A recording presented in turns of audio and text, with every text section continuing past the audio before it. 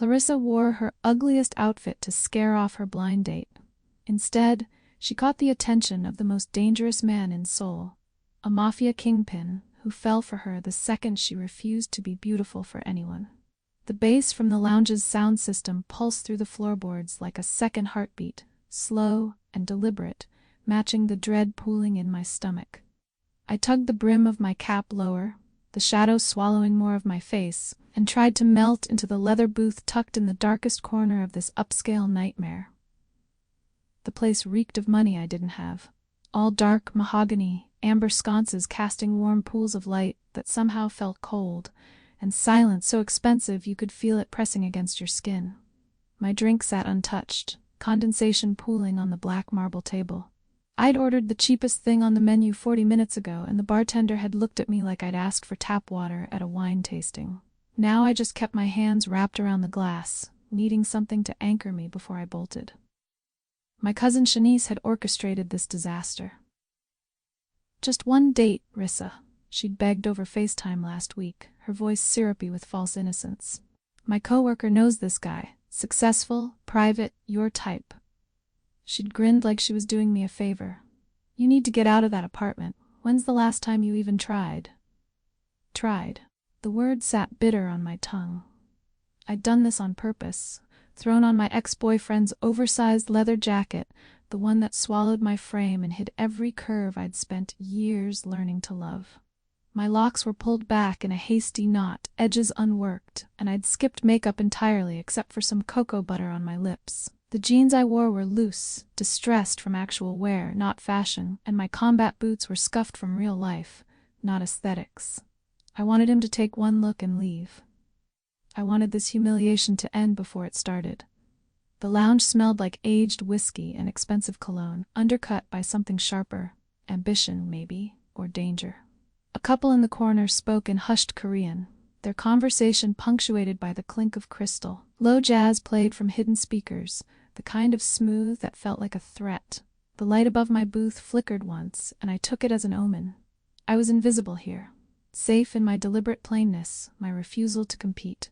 No one looked twice at the black girl in oversized clothes nursing cheap liquor in the corner of a lounge that probably had a dress code she was violating. My phone buzzed against the table, running 5 min behind. Sorry, Riru. I didn't even know his last name. Shanice had been annoyingly vague.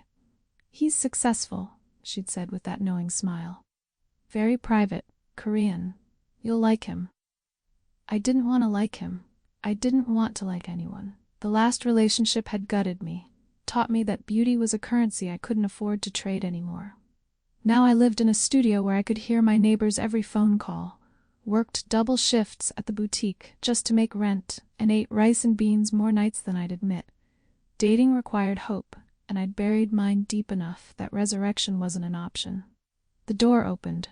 Cold air rushed in, carrying something that didn't belong in this neighborhood: leather, rain, old money, and something else. Something that made my skin prickle with animal awareness. I didn't look up. Whoever just entered wasn't my problem. But then the lounge changed. The couple's conversation died mid-sentence. The bartender's hand froze, bottle hovering over a glass. Even the jazz seemed to drop in volume, as if the room itself had inhaled and forgotten to breathe out. My pulse kicked up before my mind understood why. That ancient instinct that recognizes apex predators before conscious thought catches up. Slowly, against every screaming survival instinct, I lifted my gaze. 3 men had entered. No, 2 men flanked the entrance, their movements synchronized, military precise. Dark suits that fit like armor, eyes scanning the room with mechanical efficiency, hands resting near their waists in a way that made my throat tighten. They wore earpieces, barely visible, and they moved like soldiers who'd seen combat and won. But it was the 3rd man who stole every molecule of oxygen from the room. He stood between them, rainwater sliding off a black wool coat that probably cost more than my yearly rent. Tall, easily 6'2", with shoulders that seemed to command space rather than occupy it. Sharp-featured, with the kind of face that belonged in museums, all devastating angles and cold beauty. His dark eyes scanned the lounge with predatory calculation, and his jaw could have been carved from stone by someone who understood both elegance and violence. He was young, maybe early 30s, but carried authority like he'd been born with it, tattooed on his bones. Power radiated from him, turning everything around him shabby by comparison. This couldn't be Ryu. This man didn't go on blind dates in dim lounges with grocery store girls. This man didn't go anywhere without a purpose that usually involved someone bleeding. But then his gaze found mine. The world tilted. Those black eyes locked onto me with an intensity that physically hurt, like staring into a solar eclipse. His expression didn't change, no smile, no softness, but something shifted in his posture. A predator that had just spotted exactly what it came for. He moved toward me, bodyguards following like shadows, and I couldn't breathe. Couldn't move. My fingers tightened around my drink until the glass threatened to crack. Clarissa. His voice was low, controlled, with an accent that carried soul in its consonants and silk in its vowels. Authority and danger wrapped in 2 syllables. I nodded, unable to form words. This had to be a mistake, some cosmic joke.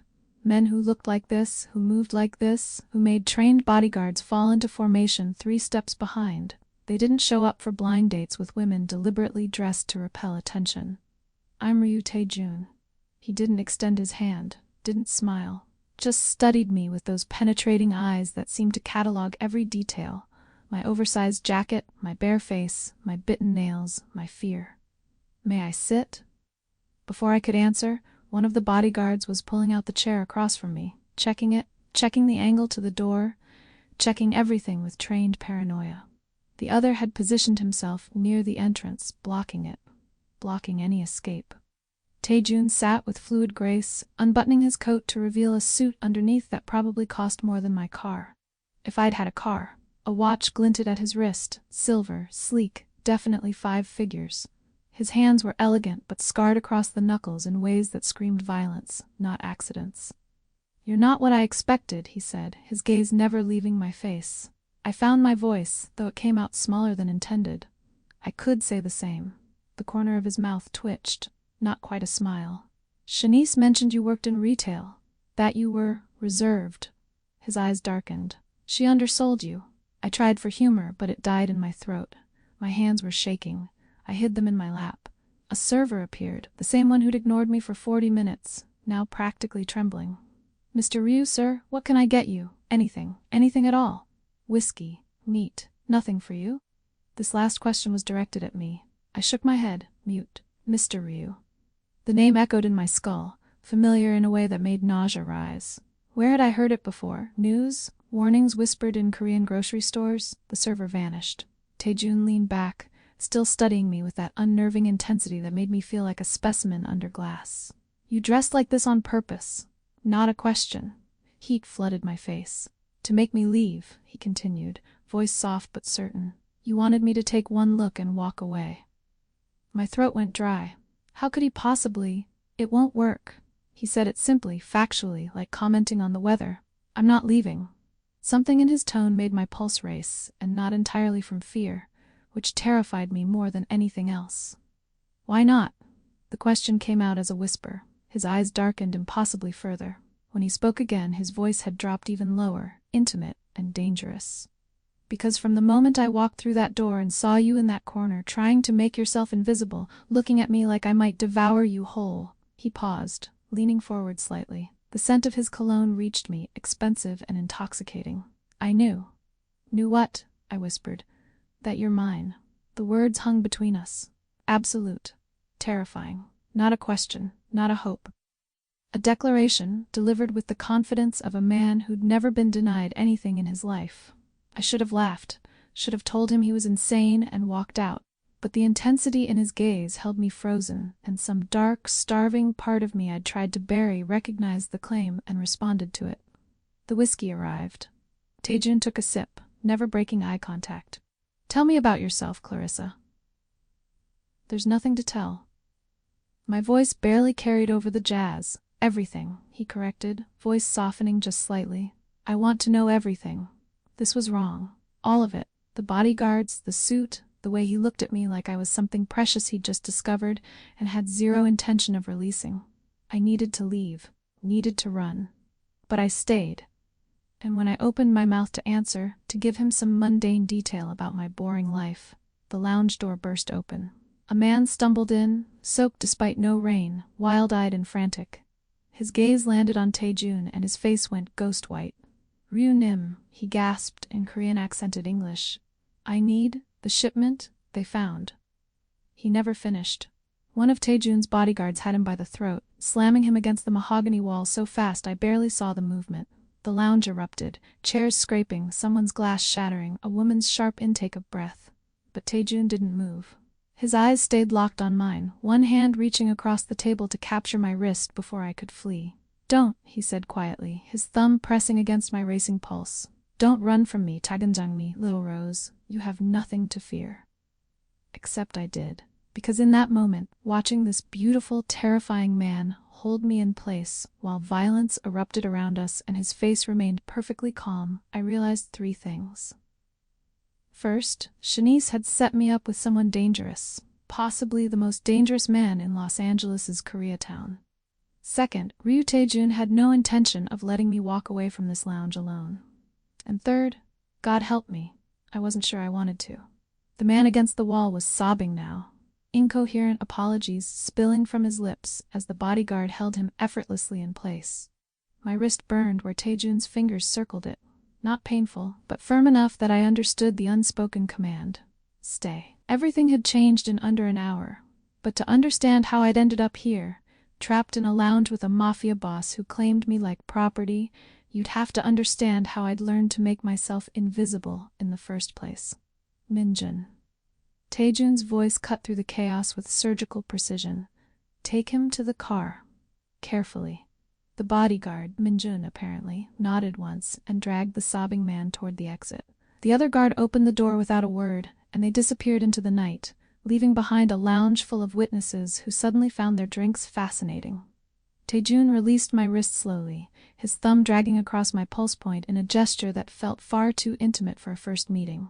"Forgive the interruption." I stared at him, my heart still hammering against my ribs.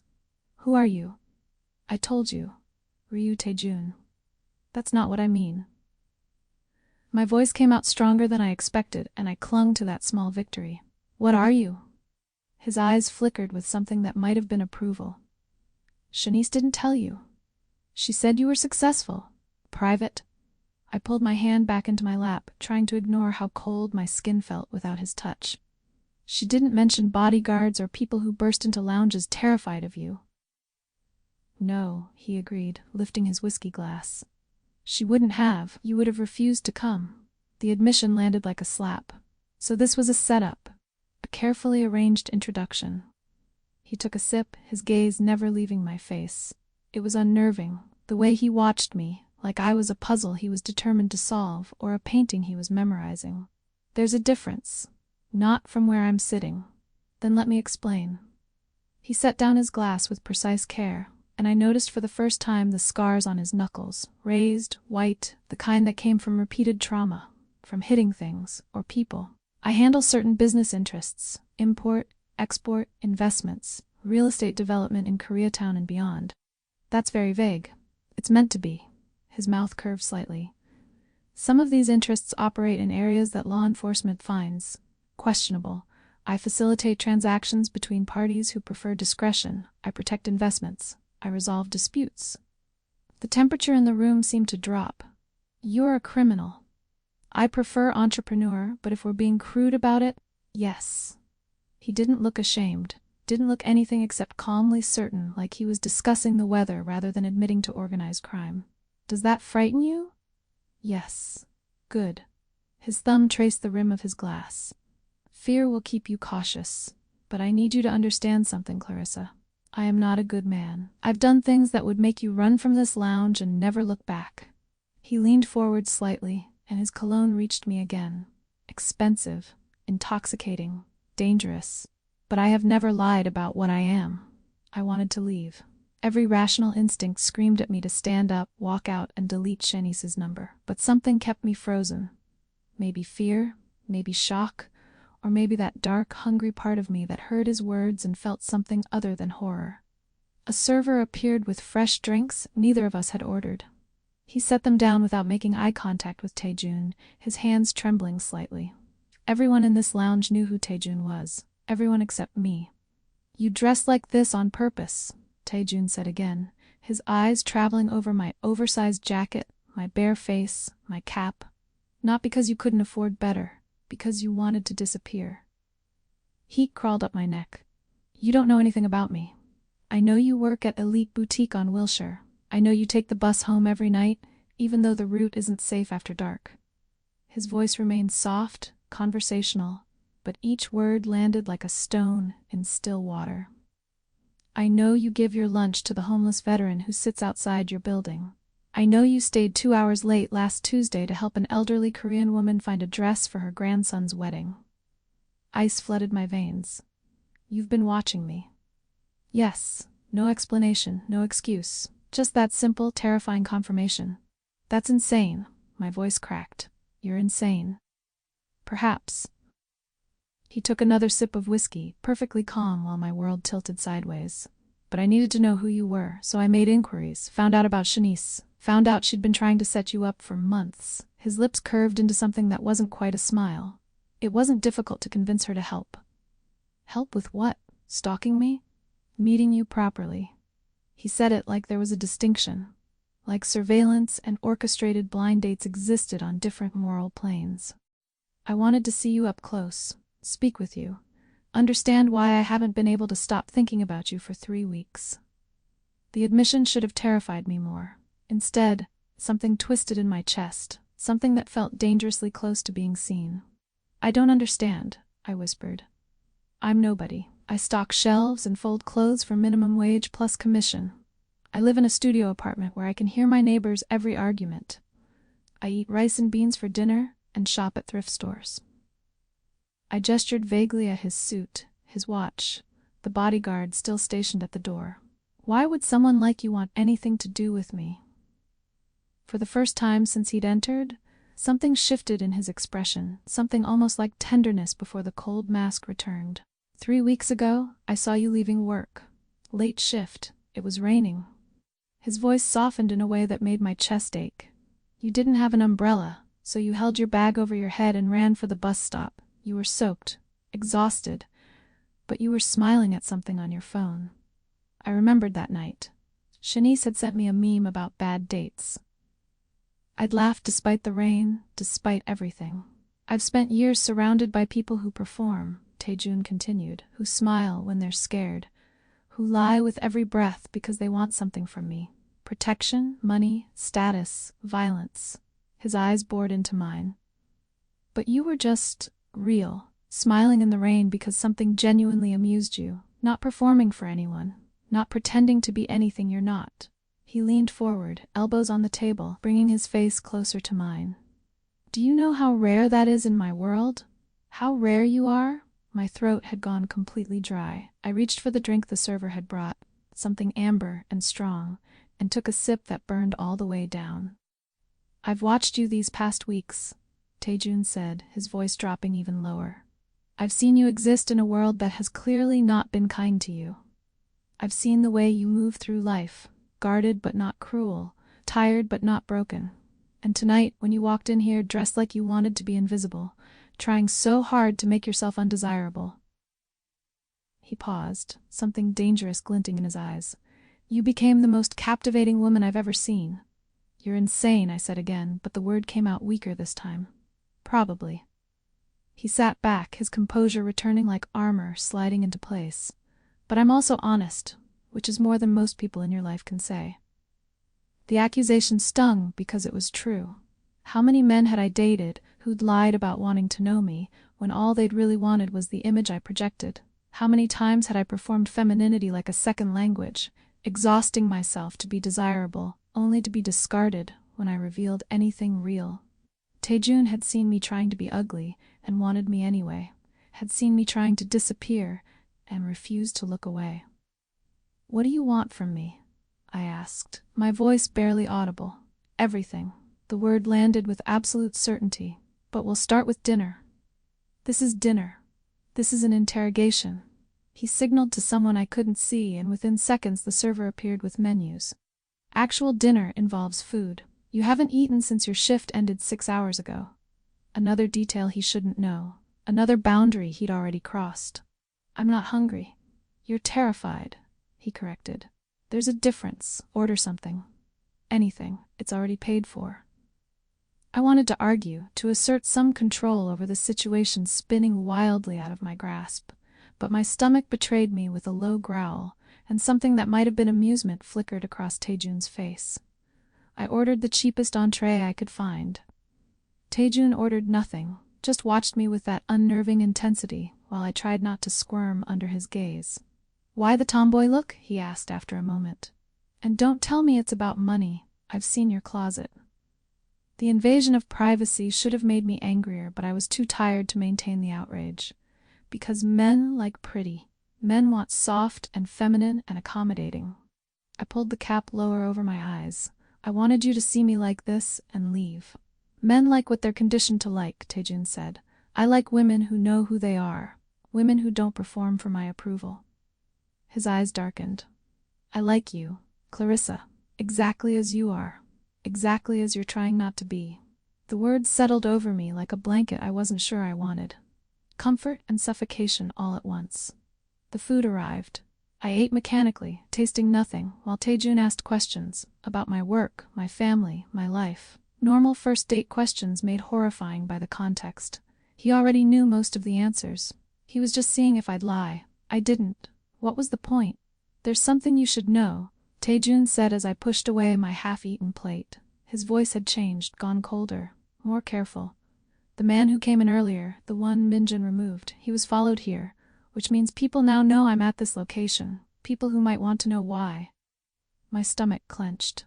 What kind of people? The kind who see opportunity in weakness. His jaw tightened. "I have enemies, Clarissa. Rivals, people who would use anything, anyone, I care about to gain leverage." "Then, tell them I'm nobody," I said, hearing the desperation in my own voice. "Tell them this was a mistake, that I don't matter.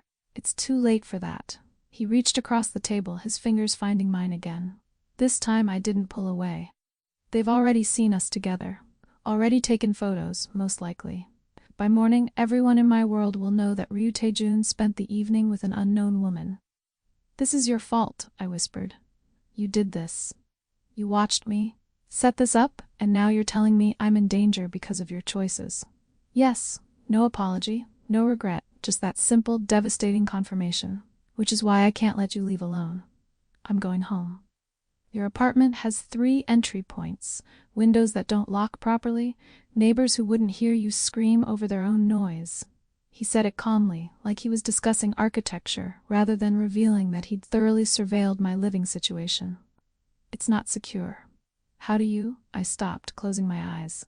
"Of course you know." "I've been keeping you safe without you knowing it," he said quietly. "Now I need to do it more directly." "Keeping me safe?" The laugh that escaped me sounded broken. "From threats you created by involving me in your world?" "Yes." His thumb stroked across my knuckles, the gesture absurdly gentle considering his words. "I won't apologize for wanting you, but I will keep you alive. Even if you hate me for it." "Where would I go?" "My home. You'll stay there tonight. Tomorrow we'll discuss longer-term arrangements." "Absolutely not." "It's not a request, Clarissa." His voice had gone cold, authoritative, the voice of a man used to being obeyed. "You can walk out that door if you want. I won't physically stop you, but you should know that the moment you leave my protection, you become a target. And unlike me, my enemies have no interest in keeping you alive." Tears burned behind my eyes, but I refused to let them fall. "So my choices are go with you or die? That's not a choice." "No," he agreed. "It's not. I'm sorry." "You're not sorry." My voice cracked. "You're getting exactly what you want." Something flickered in his expression. Pain, maybe, or recognition. "What I want is you safe. What I'm getting is your hatred. Those aren't the same thing." He stood, pulling out his phone and typing something quickly. Within seconds, Minjin appeared at the table. "The car's ready, sir." Taejun looked down at me, extending his hand. "Will you come with me? Please?" The please surprised me, as if I had any real choice. I stared at his outstretched hand. Elegant fingers, scarred knuckles, the promise of danger and something that felt dangerously close to safety.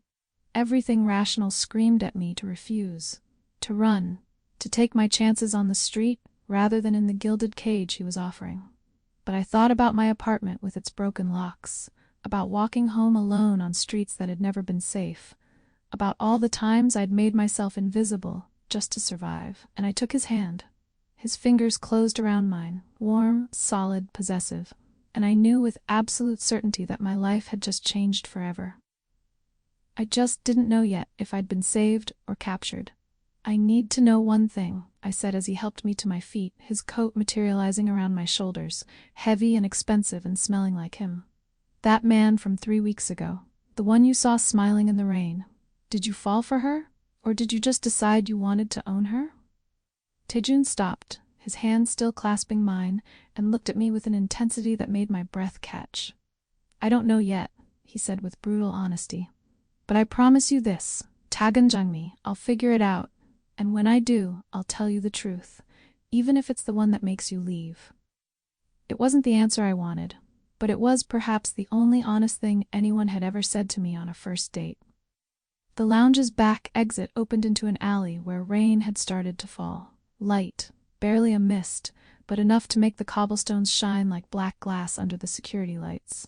A black SUV idled at the curb, windows tinted so dark I couldn't see inside, exhaust curling into the damp air like dragon's breath. Minjin opened the rear door, and warm air spilled out along with the scent of leather and luxury that didn't belong in this alley. Taejun's hand remained at the small of my back, not pushing, but guiding, a reminder that I'd already made my choice, even if I wanted to take it back. I looked at that open door, at the dark interior, at the street beyond where no one would hear me scream, and I got in. The leather seat was impossibly soft, heated, the kind of comfort that felt like a trap. Taejun slid in beside me, and Minjin closed the door with a soft click that sounded like a cell door locking. The driver, another stern-faced man in a dark suit, pulled away from the curb without a word, and I watched the lounge disappear behind us, taking with it any chance of pretending tonight hadn't happened. I pressed myself against the opposite door, as far from Taejun as the space allowed. The city lights streaked past the windows, turning everything into abstract shapes and colors. We were heading east toward Koreatown, away from my apartment and everything familiar. "Where are we going?" My voice sounded small in the expensive silence. "My home." Taejun hadn't moved, hadn't even looked at me. He stared straight ahead, his profile carved from marble in the dashboard lights. "It's secure, private. You'll be safe there. Safe from everyone except you." Now he turned, his dark eyes finding mine in the shadows. "You're safe from me too, Clarissa. I'm many things, but I don't hurt women. I don't force them. Everything that happens between us will be your choice. Except coming with you tonight." "Except that," he agreed quietly. "For that I am sorry, but I'd rather have your hatred than your death." The words should have sounded melodramatic, but something in his tone, flat, factual, exhausted, made them feel true. He'd meant what he said at the lounge. He really did have enemies, and I really was now associated with him. We drove in silence for several minutes, the city giving way to residential streets lined with expensive homes, security gates, manicured lawns. The kind of neighborhood where my annual salary wouldn't cover a month's mortgage. "Tell me about him." Taejun's voice cut through the quiet. "The man who made you dress like you're trying to disappear." I stiffened. "I don't know what you mean." "Yes, you do." He shifted slightly, not closer but angled toward me. "Someone taught you that being beautiful was dangerous, that being seen was a liability. Someone made you believe you needed to hide." His voice softened. "Tell me about him." "Why? Because I want to understand you. And because," he paused, jaw tightening, "because I need to know what I'm working against, what damage I need to be careful around." The honesty surprised me. Most men pretended past relationships didn't exist, threatened by the ghost of whoever came before. Taejun was asking for a roadmap of my wounds. His name was David, I heard myself say. We dated for 2 years. He loved the way I looked, always commenting on my body, my face, what I wore, made me feel beautiful, desirable. I pulled the cap off, running fingers through my locks, until he didn't. Taejun remained silent, waiting. One day he just lost interest, said I wasn't exciting anymore, that I'd let myself go even though I looked exactly the same. The memory tasted bitter. I found out later he'd been seeing someone else for 6 months. Someone younger, someone who still tried. So you stopped trying, Taejun said quietly. Decided if you couldn't win, you wouldn't play. Something like that. I looked out the window, watching unfamiliar neighborhoods blur past. I got tired of being judged on something that'll fade anyway. Tired of performing femininity like a job I'd never get paid enough for. I laughed, the sound hollow. So yeah, I dressed like this tonight hoping you'd leave, hoping I could tell Shanice I tried and go back to being invisible. You're not invisible, Taejun said. You never were. You just convinced yourself that hiding was safer than being seen. It is safer. No. His hand found mine in the darkness between us. It's just lonelier. The words hit harder than they should have. I wanted to pull away, to maintain my anger, but his hand was warm and solid and I was so tired of being cold. What about you? I asked, deflecting. What made you into? I gestured vaguely at him. The car, the driver who pretended we didn't exist. This? His expression shuddered immediately, walls slamming into place so fast I almost heard them crash down. That's a different conversation, one we're not having tonight. Why not? You demanded my trauma, but yours is off limits? My trauma has a body count, he said flatly. Yours just has scars, there's a difference. The words hung between us, heavy and terrible. I wanted to press, to demand equal exchange, but something in his eyes stopped me. Whatever had made Ryu Taejun into this controlled, dangerous man wasn't a story for a first date in a car I'd been essentially forced into. The SUV turned onto a private drive, passing through a security gate that opened automatically. The house, no, the estate, that came into view made my breath catch. Modern architecture, all glass and clean lines, set back from the road and surrounded by perfectly manicured grounds. Lights glowed from within, warm and inviting, completely at odds with the circumstances that had brought me here. This is where you live? My voice came out strangled. Yes. He studied my expression. Is it too much? It's too everything. I stared at the house that probably cost more than I'd earn in 10 lifetimes. This is insane. All of this is insane. I'm a retail worker from a studio apartment. I don't belong here. You belong wherever I say you belong. The words came out harder than perhaps he'd intended, because his expression softened immediately. I'm sorry, that sounded possessive? Controlling? Exactly like what it was? Yes, he didn't deny it, didn't try to soften it. I'm not good at this, Clarissa, at wanting something without simply taking it, but I'm trying. His hand tightened on mine. I'm trying to give you choices even when every instinct I have says to lock you in the safest room in this house and never let you out. That's not reassuring. It's honest. The SUV stopped in front of the house and the driver killed the engine. I told you I'd never lie about what I am. This is what I am. Someone who protects what's his, even when the protection looks like captivity. I'm not yours. Not yet, he agreed. But you will be. Because despite everything, the stalking, the forced protection, the complete invasion of your privacy, you're still here. Still holding my hand. Still choosing to see what happens next. He was right, and I hated that he was right. I should have run, should have screamed, should have demanded he take me home. But some dark, hungry part of me wanted to know what happened when someone like him decided someone like me was worth protecting. Even if the protection felt dangerously close to possession. Minjun opened the door, and Taejun exited first, extending his hand to help me out. I took it, hating how natural the gesture felt, and stepped out into the misty night. The house loomed above us, all sharp angles and glowing windows. Beautiful, cold, exactly like the man leading me toward it. We'd barely reached the front door when tires screeched behind us. Taejun moved so fast I barely registered it, his arm around my waist, body shielding mine as he spun to face the street. Minjun and the driver had weapons drawn before I could even process the danger, both of them positioned between us and whatever was coming. A car, older, rattling, completely unlike the sleek vehicles in the driveway, skidded to a stop at the gate. A man stumbled out, the same man from the lounge, his face wild with panic. "Ryunim," he shouted in Korean, then switched to broken English. "Please, they have my sister. They said if I don't." He was running toward us now, hands raised, clearly unarmed but just as clearly desperate. Minjun moved to intercept, but Taejun's voice cut through the night. "Jeonji-hae." Stop. Everyone froze. The man, the guards, even the mist seemed to pause mid-fall. Taejun's arm remained around my waist, holding me against him with enough force that I could feel his heart beating. Slow, steady, utterly controlled despite the chaos. "Who has your sister?" Taejun asked in perfect Korean, his voice carrying absolute authority. "Park's crew. They said I betrayed them, that I was seen talking to you." The man was sobbing now, sinking to his knees on the wet driveway. "I didn't betray anyone. I just needed to warn you about the shipment. But they think. Where is she?" "Warehouse on 5th, the old textile building." He looked up, tears streaming down his face. "Please, she's only 16. She has nothing to do with any of this." Taejun's jaw tightened, the first crack in his composure since we'd left the lounge. He looked down at me, something complicated flickering in his expression. "Go inside with Minjun," he said quietly. "I need to handle this." Handle what? But I already knew.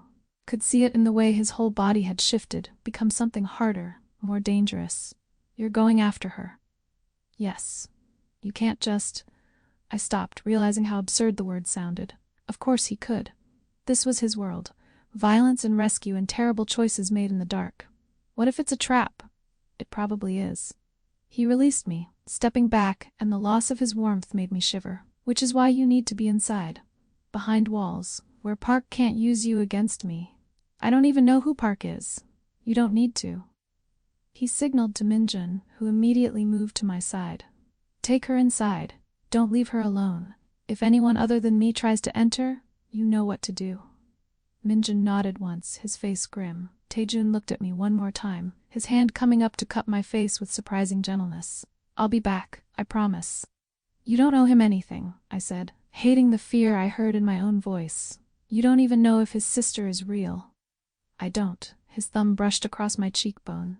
"But if she is and I do nothing, that's one more girl whose blood is on my hands. I have enough ghosts, taganjang me. I don't need more." Then he was gone, striding toward the second SUV that had materialized from somewhere, barking orders in rapid Korean.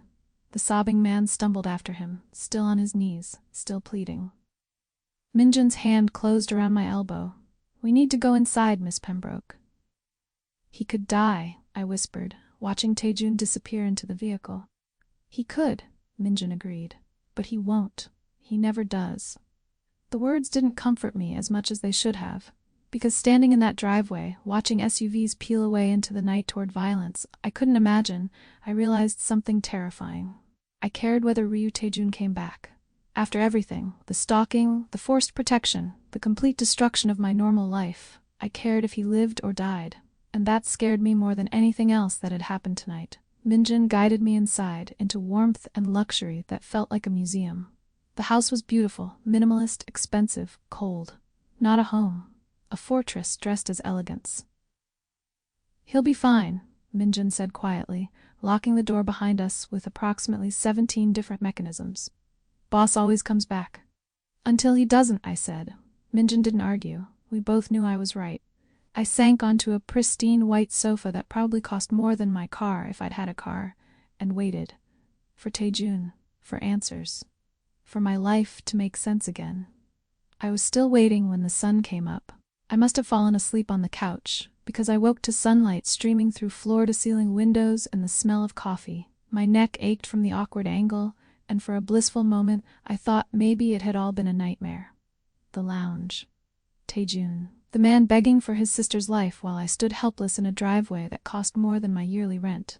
Then I opened my eyes and saw Minjun sitting across from me in an armchair, alert and watchful, a gun clearly visible at his hip.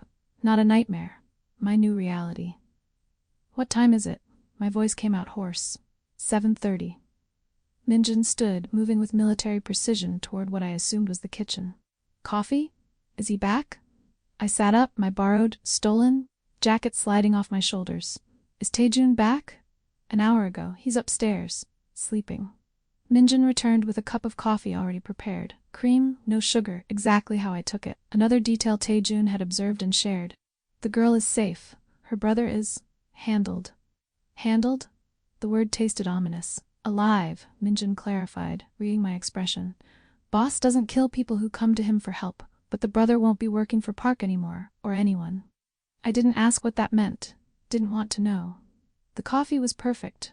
Rich, expensive, probably imported from somewhere I couldn't pronounce. I drank it anyway, needing the caffeine to process where I was and how I'd gotten here. The living room looked different in daylight, still beautiful, still minimalist, but warmer somehow. There were books on shelves, actual books, worn and read. A blanket draped over a chair that didn't match the aesthetic. Small signs that someone actually lived here, not just existed in frozen perfection. "Can I leave?" The question came out before I could stop it. Minjin's expression didn't change. "Boss would prefer you stay until he wakes. You can talk to him then." "That's not an answer." "No," he agreed. "It's not." So I was a prisoner, a comfortable, well-caffeinated prisoner in a house that probably had a market value in the tens of millions, but a prisoner nonetheless. I stood, testing the boundaries. Minjin watched but didn't move to stop me as I explored.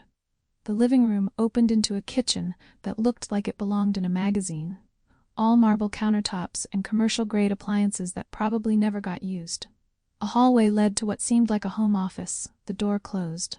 Another hallway, another locked door. Everything beautiful. Everything controlled. Everything designed to look like freedom while being anything but. I found a bathroom, more marble, heated floors, a shower that could fit 6 people, and stared at my reflection. I looked exactly like what I was, exhausted, scared, wearing yesterday's clothes. My locks were a mess, my eyes shadowed, my face bare of the masks I usually wore. This was who Taejun wanted. This disaster of a woman who couldn't even keep her life together enough to avoid being stalked by a crime lord. When I emerged, Minjin was exactly where I'd left him. Still watchful, still armed. Hungry? No. I was starving, but accepting food felt like accepting the situation. Like admitting this was happening.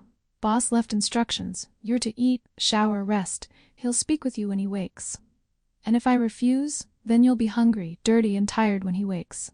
Minjin almost smiled. Your choice. At least someone was pretending I had choices. I ate because my body demanded it. Eggs, toast, fruit I couldn't name but that tasted like summer. I showered because I felt grimy with yesterday's fear. And I found myself in a guest room that had clearly been prepared for me. Clothes in my size hanging in the closet, toiletries in the bathroom, everything I might need except my freedom. The clothes were nice. Too nice. Designer labels I recognized from the boutique but could never afford. They fit perfectly, which meant Taejun really had been watching me for weeks. Had learned my sizes, my style, everything. I should have been more horrified. Instead, I was just tired. I was sitting on the bed, California king, criminally comfortable, when the door opened. No knock. Just Taejun walking in like he had every right, which I supposed he did since this was his house and I was his. What? Prisoner? Guest? Property? He looked different. Still impossibly handsome, but human now. Exhausted. His hair damp from a recent shower. Dressed in black jeans and a simple t-shirt that probably cost more than my monthly rent but looked almost casual. There was a bruise forming along his jaw and his knuckles were scraped raw. "You're hurt," I said before I could stop myself. "I'm fine." He closed the door behind him, leaning against it. Keeping distance between us or blocking my escape, I couldn't tell which. "How are you?" "How am I?" The question was so absurd I almost laughed. "I'm kidnapped." "How should I be?" "Protected," he corrected quietly. "There's a difference." "Not from where I'm sitting." I stood, needing the height advantage even though he still towered over me. "You brought me here against my will. You've kept me here overnight. You have armed guards watching me. That's kidnapping, Taejun. You can dress it up in designer clothes and fancy words, but it's still kidnapping." "Yes." He didn't deny it, didn't even look ashamed. "It is. And you don't care. I care." His voice dropped. "I care that you're alive. I care that Park's people didn't use you as leverage last night. I care that you're standing here angry at me instead of lying in a warehouse somewhere bleeding out because I wasn't careful enough." Park. The name felt foreign on my tongue. Who is he? Someone I'm in business with. Was in business with. Taejun's jaw tightened.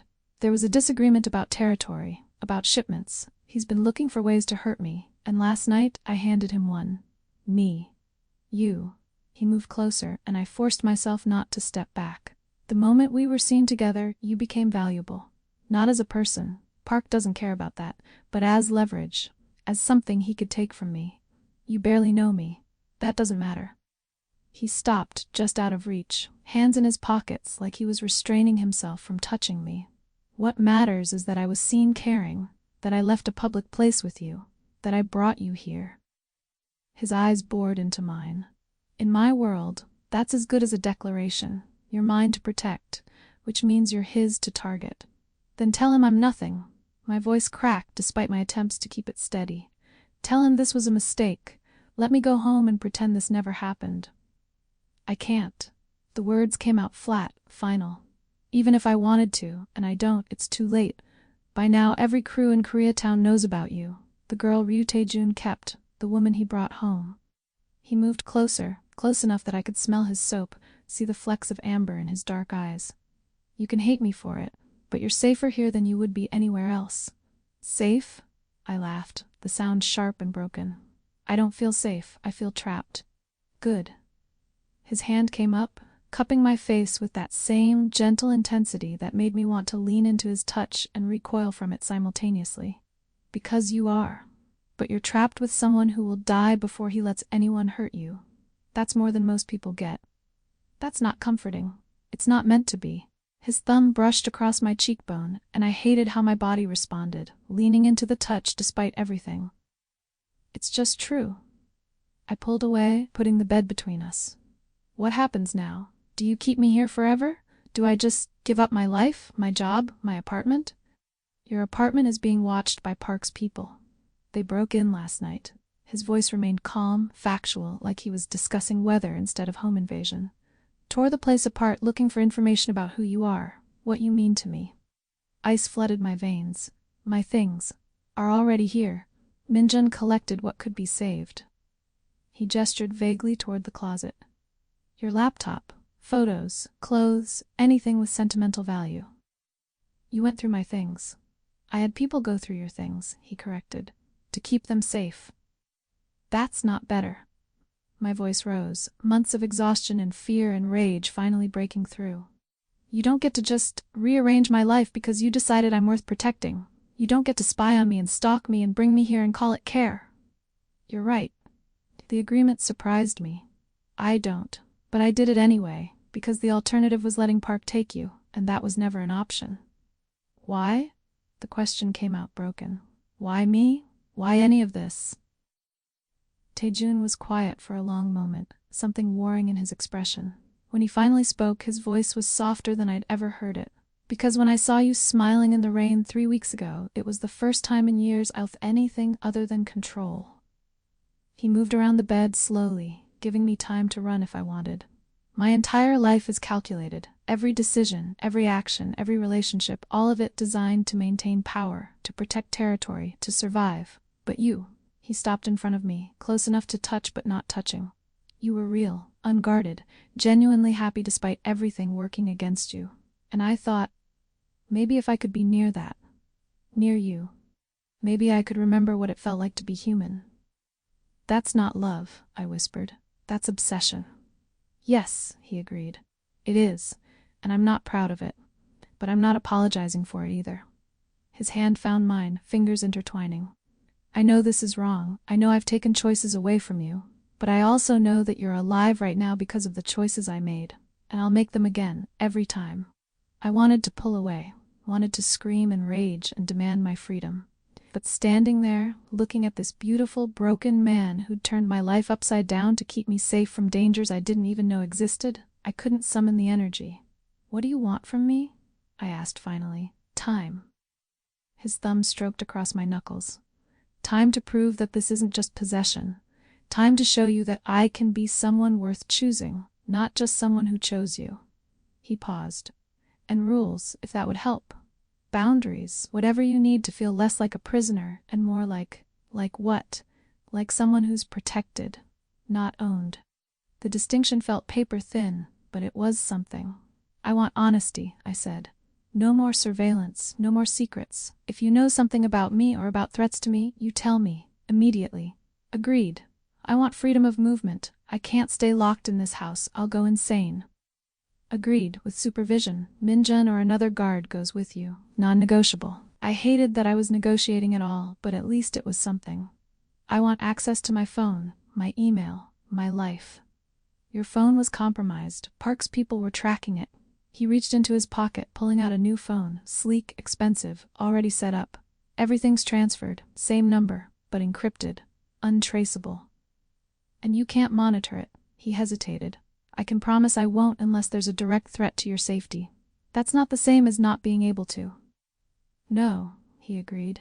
It's not, but it's the best I can offer. My world doesn't allow for complete privacy, not when that privacy could get you killed. I took the phone, hating that he had a point. I want to talk to Shanice and my family. Shanice has already been contacted, told you're safe but need time away. Your mother. He paused, something careful in his expression. Your mother lives in Kingston. You send her money every month. That will continue. She'll receive a call from you later today, scripted to make sure she doesn't worry. Scripted. The word tasted bitter. To protect her, he said quietly. The less she knows, the safer she is. Park's people don't just target individuals, they target families. Everyone you love becomes a potential weapon against you. The weight of it pressed down on me. My mother, safe in Jamaica, completely unaware her daughter had been pulled into a criminal underworld because she smiled in the rain. How long? I asked. How long do I have to stay here? Until Park is handled. Until you're no longer valuable as leverage. He looked away, jaw tight. Weeks, maybe months, I don't know. And then you decide. He looked back at me, something vulnerable flickering in his eyes. Stay or go, that will always be your choice.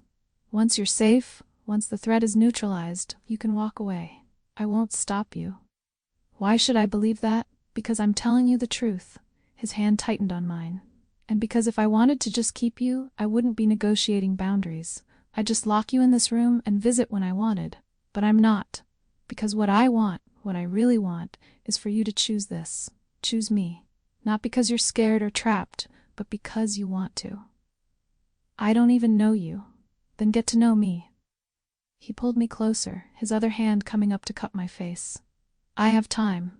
You have time. We're both trapped here anyway. Might as well use it. That's insane. Yes, he agreed, his lips curving into something that was almost a smile. But so is everything else about this situation. At least this insanity gives us both something to do. I should have said no. Should have demanded different terms, better protection, freedom. But standing there in his guest room that had already become my prison, looking at a man who'd upended my entire life because he saw me smile once, I found myself nodding. Fine, but I want weekly check-ins. We discuss the situation, the threat, when I can leave. And if I feel like this is becoming something I can't handle, you let me go. Even if it's not safe. I can't promise that, he said honestly. I can't promise I'll let you die, just because you're uncomfortable. But I can promise I'll listen, and I'll do everything in my power to make this bearable. It wasn't enough, but it was something. One more thing, I said, pulling back slightly. No more watching me sleep, no more surveillance. My privacy in this room is absolute. The room is secure, there are no cameras. I want your word. You have it. He released me, stepping back. This room is yours, completely. I won't enter without permission. I won't monitor it. It's the one place in this house where you're free. I almost laughed at the irony. Freedom in a cage, but only in one room. Still, it was more than I'd had an hour ago. Okay, I said finally. Then let's try this, whatever this is. Something shifted in Taejun's expression. Relief, maybe, or something softer. Thank you. Don't thank me. I moved toward the window, looking out at manicured grounds surrounded by walls. I'm not doing this for you. I'm doing it because apparently my other option is getting murdered by your business rivals. That's not exactly a choice. No, he agreed quietly. It's not. But maybe we can make it one, eventually. He left then, closing the door softly behind him, and I was alone in my gilded cage with a phone I couldn't trust, and promises from a criminal who'd already proven he'd break any rule to keep me. I should have been terrified, and I was. But I was also, God help me, curious. Curious about what happened when you stopped hiding, when you let someone see you completely, even when that someone was dangerous, even when the seeing came wrapped in surveillance and forced protection. Curious about Ryu Taejun, who looked at me trying to be invisible and decided I was worth burning his world down for. And most terrifying of all, curious about who I might become if I stopped trying to disappear and let myself be seen. even if being seen meant being trapped. The first week passed in a strange, suspended reality. I existed in Taejun's house like a ghost haunting rooms, too expensive for me to touch, eating food I didn't prepare, wearing clothes I didn't choose, living a life that didn't feel like mine. Minjun became my constant shadow. Not unkind, but present. Always present. When I read in the library, he stood by the door. When I walked the grounds, he followed 3 steps behind. When I tried to cook something familiar in that pristine kitchen, he watched from the corner like I might poison myself with jerk chicken seasoning. Taejun himself was barely there. He left before dawn and returned after midnight, his presence marked only by the sound of his shower running, the smell of his cologne lingering in hallways, the way Minjun's posture changed when the boss was home. We were living in the same house but existing in different worlds. Until the 8th night, when everything shifted. I'd fallen asleep on the couch again, a habit I'd developed, unable to fully relax in the bedroom despite Taejun's promises, when voices woke me. Not loud, but intense. Korean spoken rapid fire, the kind of heated that transcended language barriers. I sat up slowly, orienting myself. The living room was dark except for light spilling from Taejun's office down the hall. The door was cracked open, and through it I could see shadows moving, hear voices rising. Minjun was gone, probably in the security room or on patrol. I was alone.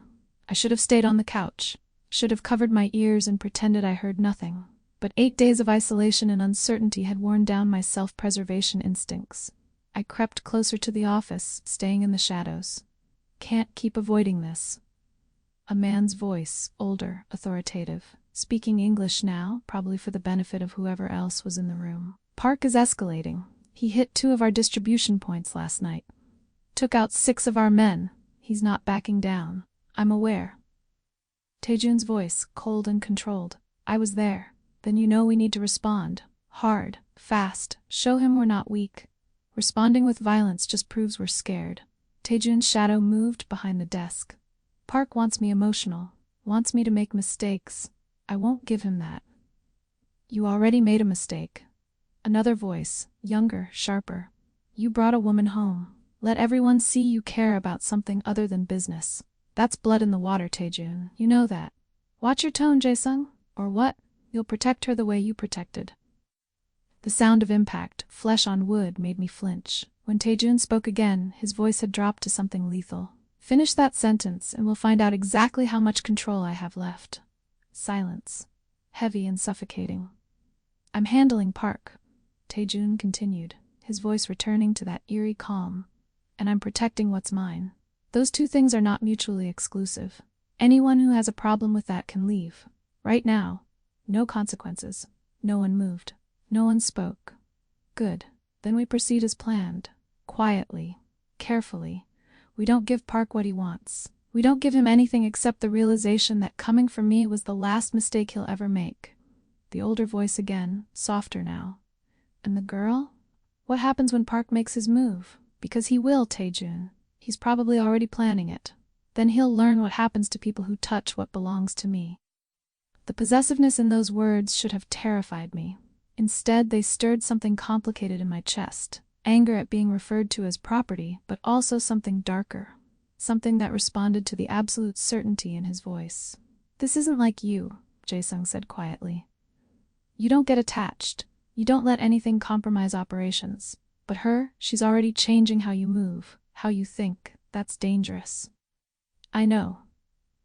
Taejun's shadow shifted, and I pressed myself flatter against the wall. But I'm not letting her go. So we adapt. We find a way to protect her and handle Park. Those are the parameters. Work within them, or work somewhere else. Footsteps approached the door. I barely had time to retreat before 3 men emerged. One older, silver-haired and distinguished, one younger with sharp features and sharper eyes, and a third I didn't recognize.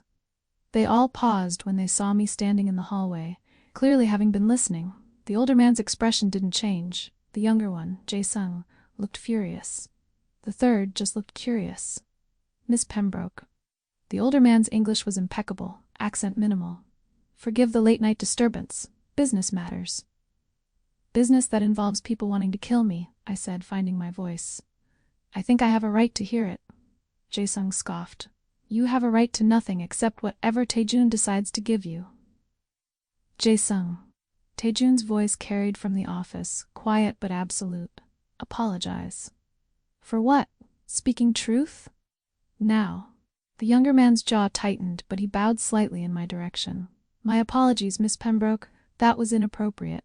It was the least sincere apology I'd ever received, but Taejun seemed satisfied. The three men left without another word, and I was alone in the hallway with the man who'd turned my life into this nightmare. Taejun appeared in the office doorway, looking exactly as exhausted as he'd sounded. His shirt was untucked, sleeves rolled up, revealing more scars on his forearms that I hadn't noticed before. His hair was disheveled like he'd been running his hands through it repeatedly. How much did you hear? He asked. Enough. I crossed my arms, armor against whatever came next. Park is escalating. Your people think I'm a liability, and apparently you're changing because of me. All true. He leaned against the doorframe, studying me. Does that frighten you? Should it? Probably. He gestured into the office. Come in. If you're going to eavesdrop, you might as well get the full story. I hesitated, then followed him inside. The office was warm, masculine, filled with books in multiple languages and art that probably cost more than my childhood home. A desk dominated the space, papers spread across it in organized chaos. Maps, photographs, documents in Korean and English. Evidence of a life I couldn't begin to understand. Taejun moved behind the desk but didn't sit. Just stood there, hands braced on the surface, looking at those maps like they held answers he couldn't find. Park Hyun-soo, he said finally. Runs the docks, controls most of the shipping in and out of LA's port. We had an agreement. He handles transport, I handle distribution. Clean, professional, profitable for everyone. What happened? I refused to move something for him. Product I won't touch. His jaw tightened. Children. Women who didn't choose. That's where I draw my lines, Clarissa. I'll move anything else, but not that. Never that. The admission settled something in my chest. He was a criminal, yes, but there were depths he wouldn't sink to, lines even he wouldn't cross. Park didn't take it well, Taejun continued. Saw it as disrespect, as me implying his business wasn't good enough for my organization. So he's been pushing back, testing boundaries, hitting my operations to see where I'm weak. And now I'm your weakness. No, he looked up, his eyes finding mine across the desk. You're my choice. There's a difference. A weakness is something that compromises you, undermines you. A choice is something you make knowing the cost and deciding it's worth it. I'm not worth gang wars and dead bodies. That's not your decision to make. He moved around the desk, approaching slowly. I chose this. Chose you. Chose to bring you into my world, knowing exactly what it would cost, and I'd make the same choice again, every time. Even if it gets you killed? Even then. He stopped in front of me, close enough that I could see the exhaustion in his eyes, the weight he carried. Because for the first time in years, I'm living for something other than power and survival. I'm living for someone. That's worth dying for. That's insane. Yes, he agreed. But you already knew I was insane. I stalked you for 3 weeks and kidnapped you for your own protection. Sanity isn't really my brand. Despite everything, I almost smiled. You can't joke your way out of this. I'm not joking. His hand came up, fingers ghosting along my jaw without quite touching. I'm just trying to help you understand. You keep looking for rational explanations for irrational behavior. But there isn't one, Clarissa. I saw you. I wanted you. I took you. That's the whole story. No, it's not. I stepped back, needing distance to think. There's more to this. To you. People don't become. I gestured at the office, the maps, the evidence of his criminal empire. This without reason. His expression shuddered immediately. That's not a conversation we're having. Why not? Frustration bled into my voice. You demanded my trauma, made me explain David and why I hide. But your past is off limits? That's not fair. Life isn't fair. He turned away, moving back to the desk. And my past isn't something I discuss with anyone. Even with the woman you've imprisoned to protect, especially with her. He gathered papers with sharp, controlled movements. Because my past will make you see me differently. Will make you understand exactly what kind of monster you're living with. And I'm not ready for that yet. I already know you're a criminal. That's not the same thing. His hand stilled on the papers. Being a criminal is a choice. What made me into this?" He stopped, jaw clenching. "That's something else entirely." The pain in his voice made my chest ache. Whatever had happened, whatever had shaped him, it still had teeth, still had the power to hurt him. "Try me," I said quietly. "You might be surprised." For a long moment he didn't move. Then, slowly, he sank into the chair behind his desk, suddenly looking every one of his 30-something years and then some. "My father was a businessman," he said finally, voice flat. "Legitimate, on the surface. Import-export, like I told you. But underneath, he ran one of the largest trafficking operations on the West Coast. Drugs, weapons, people. If it made money, he moved it." I stayed silent, sensing this was a dam breaking. If I interrupted, he might stop. I was 8 when I figured it out. Saw something I shouldn't have in one of his warehouses. A girl, maybe 12, crying in a shipping container. His hands clenched on the desk. "I asked my father about her. He slapped me across the face and told me to mind my business. That what he did kept our family fed and safe." "Taejun. He died when I was 16, he continued, like I hadn't spoken. "Rival organization. They killed him in front of me, made me watch. Then they gave me a choice. Take over his operations or die with him." The room had gone very cold. Or maybe that was just me. I chose to live, chose to take over, but I changed things. He looked up, meeting my eyes.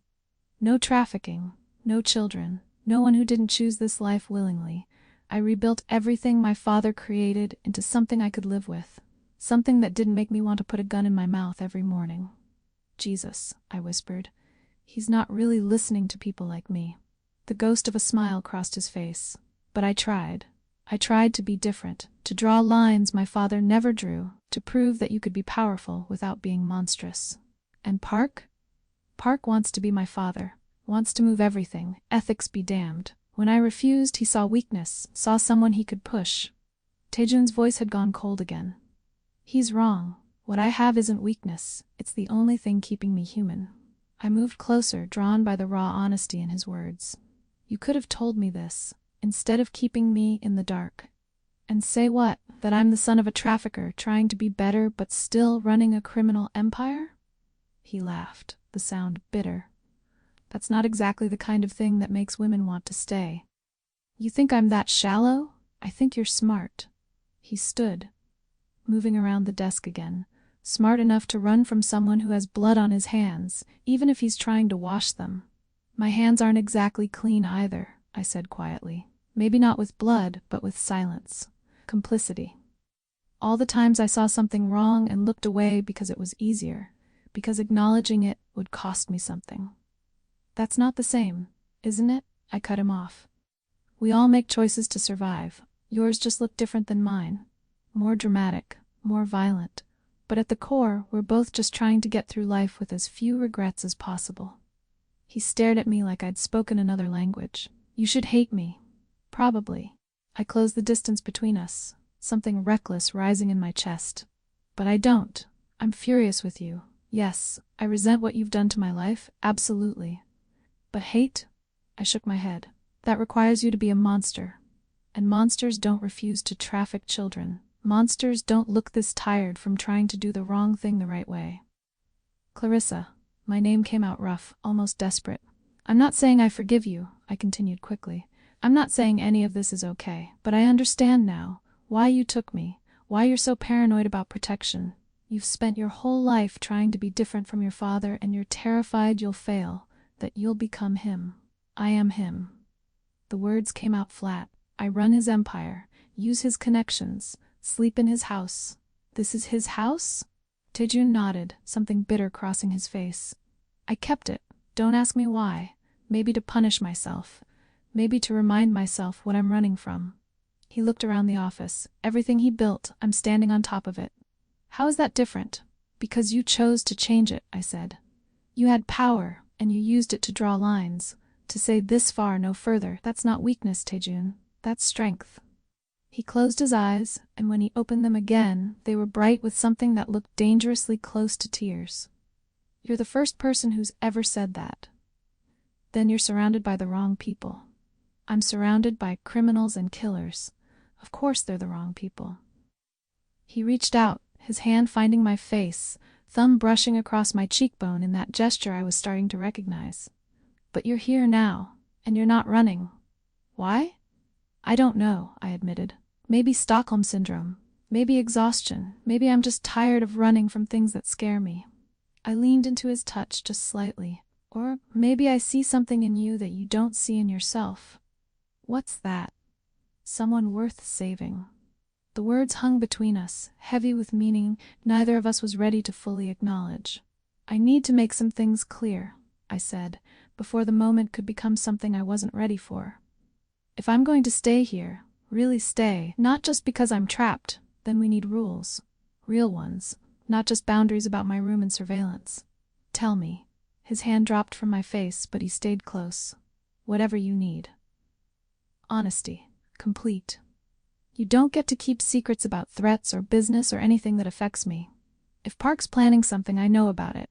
If your people are questioning my presence, I know about it. No more filtered information through Minjun. Agreed. Freedom to leave. Not completely. I understand the danger, but I need to go outside these walls sometimes. See something other than luxury and guards, even if it's just a drive with supervision. Agreed, but with limitations. Nothing predictable. No patterns Park can track. Fair. I took a breath. And time. Time to figure out what this is between us without pressure. Without you looking at me like I'm the answer to problems I didn't know existed. I'm not your salvation, Taejun. I'm just a woman who smiled in the rain. You're so much more than that. His voice had dropped to that intimate tone that made my stomach flip. But yes, time. I can give you time. And one more thing. I met his eyes. You keep your promises. All of them. If you say I can leave when this is over, you let me leave. If you say you won't enter my room without permission, you don't. Because the moment you break those promises, this becomes what it looked like at first. Kidnapping and possession.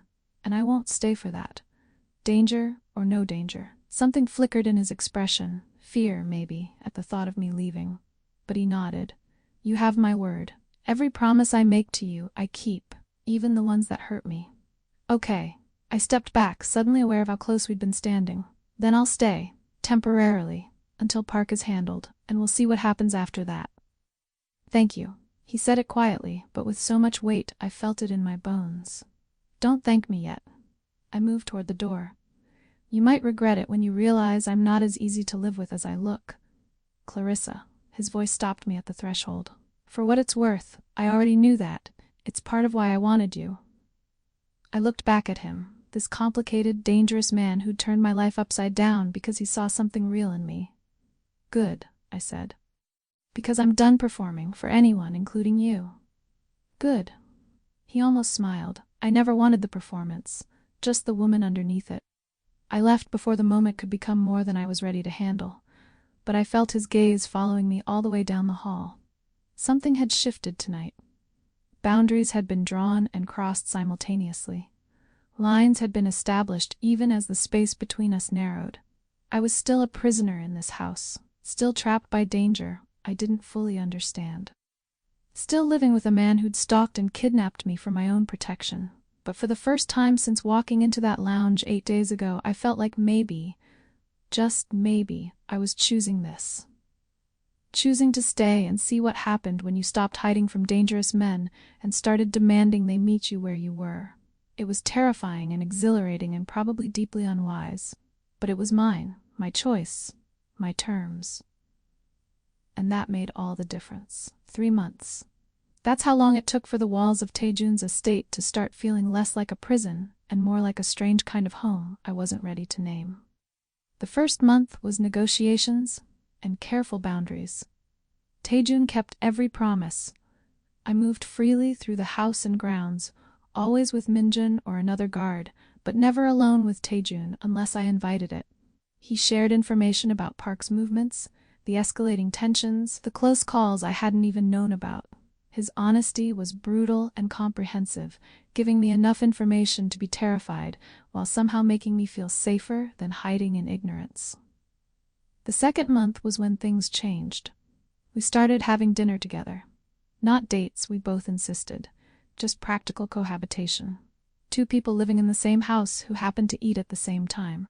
but dinners stretched into hours of conversation. Taejun surprisingly easy to talk to once the performance of dangerous crime boss faded into something more real. He told me about his mother, who died when he was 6, about growing up isolated, trained to take over his father's empire before he understood what that empire really was. About the relief he felt when his father died, followed immediately by crushing guilt that he'd been relieved. I told him about growing up in Kingston, about coming to LA for college on a scholarship I'd lost when my mother got sick and I had to work instead of study. About David and the relationships before him, each one teaching me that being beautiful was a trap I'd never escape. About choosing invisibility because at least when you were invisible, people couldn't use your appearance against you. "You were never invisible," Taejun said one night, wine making us both more honest than we probably should be. "You were just waiting for someone to look. And you looked. I couldn't not look." He reached across the table, his hand finding mine in a gesture that had become habitual. "You were like a light in the dark. I've spent so long in the dark, Clarissa. Seeing you was like remembering colors existed." The metaphor was dramatic, but something about the way he said it made it feel true. By the 3rd month, we'd settled into something that resembled partnership more than captivity. I read in his office while he worked, my presence apparently helping him focus. He taught me Korean phrases, simple things, mostly how to curse at his associates, which I used liberally and to his barely concealed amusement. We watched movies in his home theater, debating endings and character choices with the same intensity he probably brought to criminal negotiations. Minjun started smiling around me. The house staff stopped being quite so terrified of my presence. Even Jae-sung, who clearly still thought I was a liability, began greeting me with less overt hostility. I was becoming part of Taejun's world. And God help me, I didn't entirely hate it. The first time I wore a dress around him was purely practical. We were doing a video call with my mother, and I needed to look normal, not like someone living in athletic wear because she'd given up. Taejun had clothes delivered, actual Jamaican brands, things that felt like home, and I'd chosen a simple sundress without thinking about what it might mean. I found him in his office, preparing for a meeting, and his head snapped up when I entered. For a long moment he just stared, something complicated flickering across his face. "You look beautiful," he said finally. "I look like myself." I adjusted the strap, suddenly self-conscious. The version who hasn't given up on feminine presentation, anyway. "You've always been beautiful." He stood, moving around the desk. "But this, seeing you dress up because you want to, not because someone demanded it, this is different." "Different how?" "More devastating." He stopped in front of me, hands carefully at his sides like he was restraining himself from touching. "Because I know you chose this, chose to be soft for yourself, not for me or anyone else." "Who says this is soft?" I gestured at the dress, which was actually quite structured. "Maybe this is armor. Then it's beautiful armor." His eyes traveled over me, not objectifying but appreciating, seeing. "You could wear a trash bag and I'd still think you were the most captivating woman I'd ever met. But seeing you comfortable in your own skin, wearing what you want when you want." He shook his head. "That's when you're truly unstoppable." I wanted to deflect, to make a joke, but the sincerity in his voice stopped me. "Thank you," I said quietly, "for seeing the difference." "I'll always see the difference." He stepped back, giving me space. "Go call your mother. Let her hear your voice. She worries, even if she doesn't say it." The call with my mother went well. She was pleased I was taking time for myself, completely unaware that my self-care involved living in a crime lord's mansion while gang wars happened in the background. I hated lying to her, but Taejun was right. The less she knew, the safer she was. After the call, I found Taejun exactly where I'd left him, staring at maps and reports with the kind of intensity that meant Park was making moves again. "Bad news?" I asked from the doorway. "Park hit another distribution point. Killed 2 of my people." His voice was flat, controlled. "He's escalating, getting bolder." "What does that mean for me?" "It means he's close to making his move." Taejun looked up, his expression dark. "Everything he's done, the hits, the pressure, the territory grabs, it's all been building to something, and I think that something involves you." Fear spiked through me, but I forced it down. When? I don't know. Soon. My people are hearing chatter. Park's been asking questions about you, about where you go, what you do. He's looking for an opening. Then, don't give him one. I moved into the room, sitting in the chair across from his desk. What do you need from me? He studied me for a long moment. You've changed. How so? 3 months ago, you would have panicked, demanded I let you go, risk be damned. He leaned back, something like pride flickering in his expression. Now you're strategizing with me. 3 months ago, I didn't understand what we were up against, I said. Now I do, and I know that panicking won't help either of us survive this. We, he smiled slightly. You said we. Don't read too much into it. But I was smiling too. I'm just invested in not dying. Liar. He stood, moving around the desk. You care. Maybe not the way I want you to, not yet. But you care whether I live or die, whether this works. You've stopped seeing yourself as separate from this situation and started seeing yourself as part of it. He was right, and I hated that he was right. What if I have? I looked up at him. What if I've stopped wanting to leave? What then? The question hung between us, heavy with implications neither of us had been willing to voice until now. Then I'd say you should still have the option, Taejun said quietly, because choice only matters if you can actually make it. If you stay because you want to, that's everything. If you stay because you feel obligated, or trapped, or guilty, that's just a prettier cage. What if I don't know yet? What if I'm somewhere in between wanting and leaving? Then we give it time. He reached down, his hand finding mine. We finish this with Park. We get you safe, and then we revisit the question when there's no danger forcing your hand. That's very rational for someone who kidnapped me to protect me. I've had 3 months to regret my irrational behavior. His thumb stroked across my knuckles. And to realize that what I really want isn't your presence, it's your choice. I want you to choose me, Clarissa, freely, without coercion or fear or necessity, even if that choice is leaving. That's terrifying for you, isn't it? The idea that I might actually leave once I can? Yes, he didn't hide it, but it's also the only way this means anything. If you stay because you're trapped, then I've become my father, just taking what I want because I can, and I'd rather lose you than become him. The admission was so raw, so honest, that something cracked in my chest. I'm not leaving tomorrow, I said quietly. Or next week, or even next month probably. But I need you to know that I'm staying right now because I want to. Not because I'm scared or trapped, because I actually want to see where this goes. Why? The question came out rough. After everything I've done. Because you kept your promises. I squeezed his hand. Every single one. You said I'd have freedom within boundaries, and I do. You said you'd be honest about threats, and you have been. You said you'd give me time, and you have. I stood, closing the distance between us. You've been exactly who you said you'd be. Dangerous, yes. Controlling, absolutely, but honest. And after a lifetime of men who lied about who they were, that matters more than maybe it should.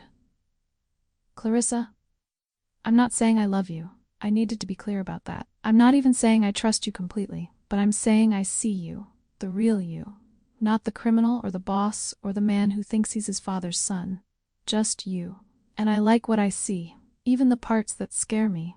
He pulled me closer, his forehead resting against mine, his breath warm on my face. You scare me too. Good. I smiled. Someone should. We stayed like that for a long moment, not kissing, not moving toward anything more, just existing in the same space, breathing the same air, acknowledging that something had shifted between us from captor and captive to something neither of us was quite ready to name. We should prepare, Taejun said finally, not moving away. If Park's coming, we need to be ready. What does that look like? More guards, tighter security, maybe moving you to a safe house until this is over. He pulled back slightly, studying my face. I won't risk losing you, not when we're this close to finishing it.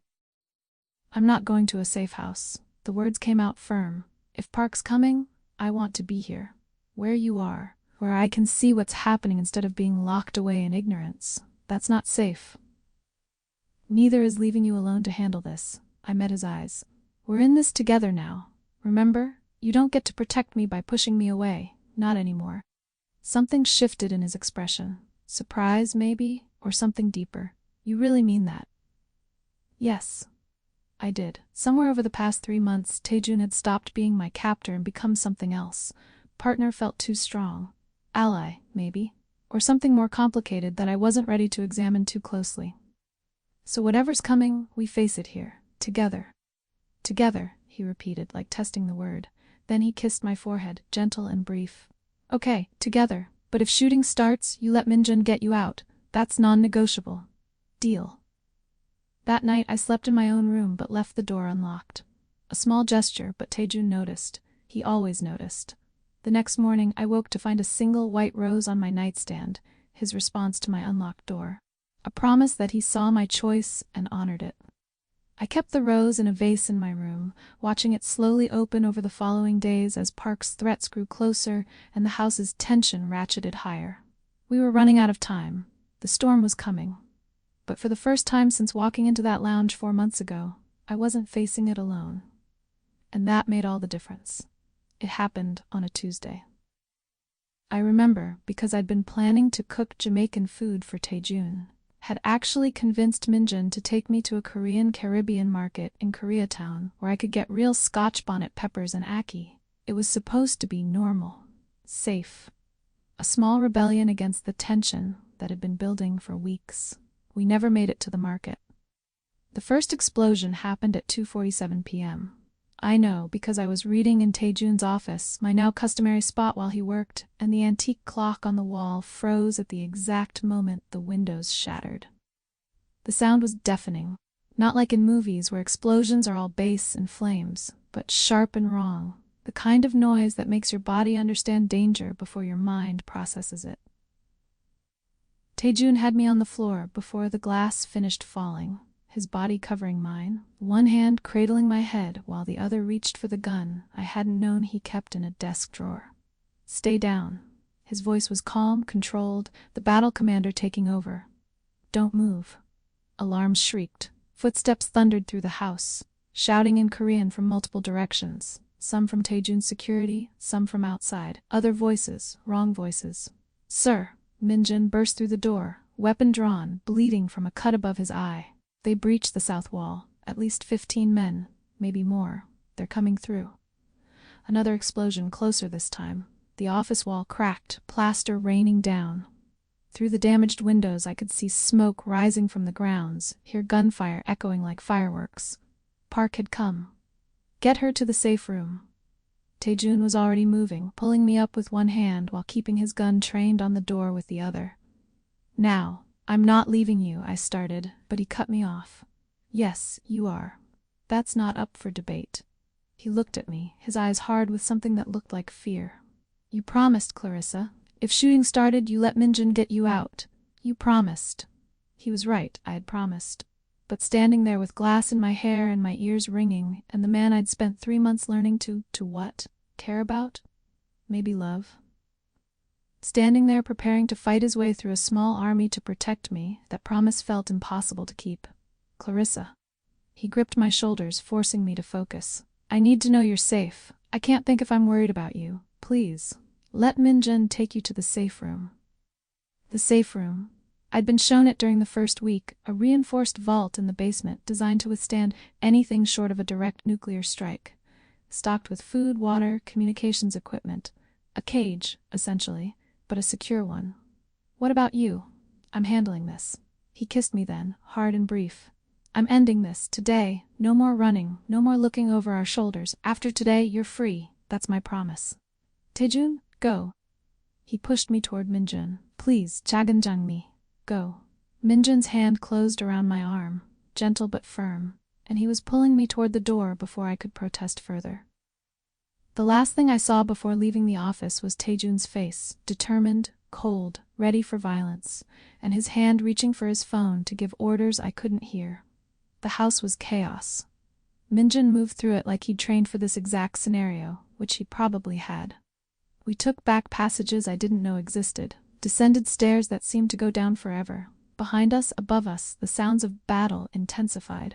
More gunfire, more shouting, the crash of things breaking. How many? I gasped as we ran. Too many. Minjun's face was grim. Park brought his entire crew. This isn't a raid, it's a war. We reached the safe room, A massive steel door built into the basement's stone wall. Minjin punched in a code, scanned his fingerprint, and the door hissed open, revealing a room that was basically a small apartment. Bed, bathroom, kitchenette, computer equipment. A very comfortable cage. Inside, Minjin pushed me through the threshold. Don't open this door for anyone except boss or me.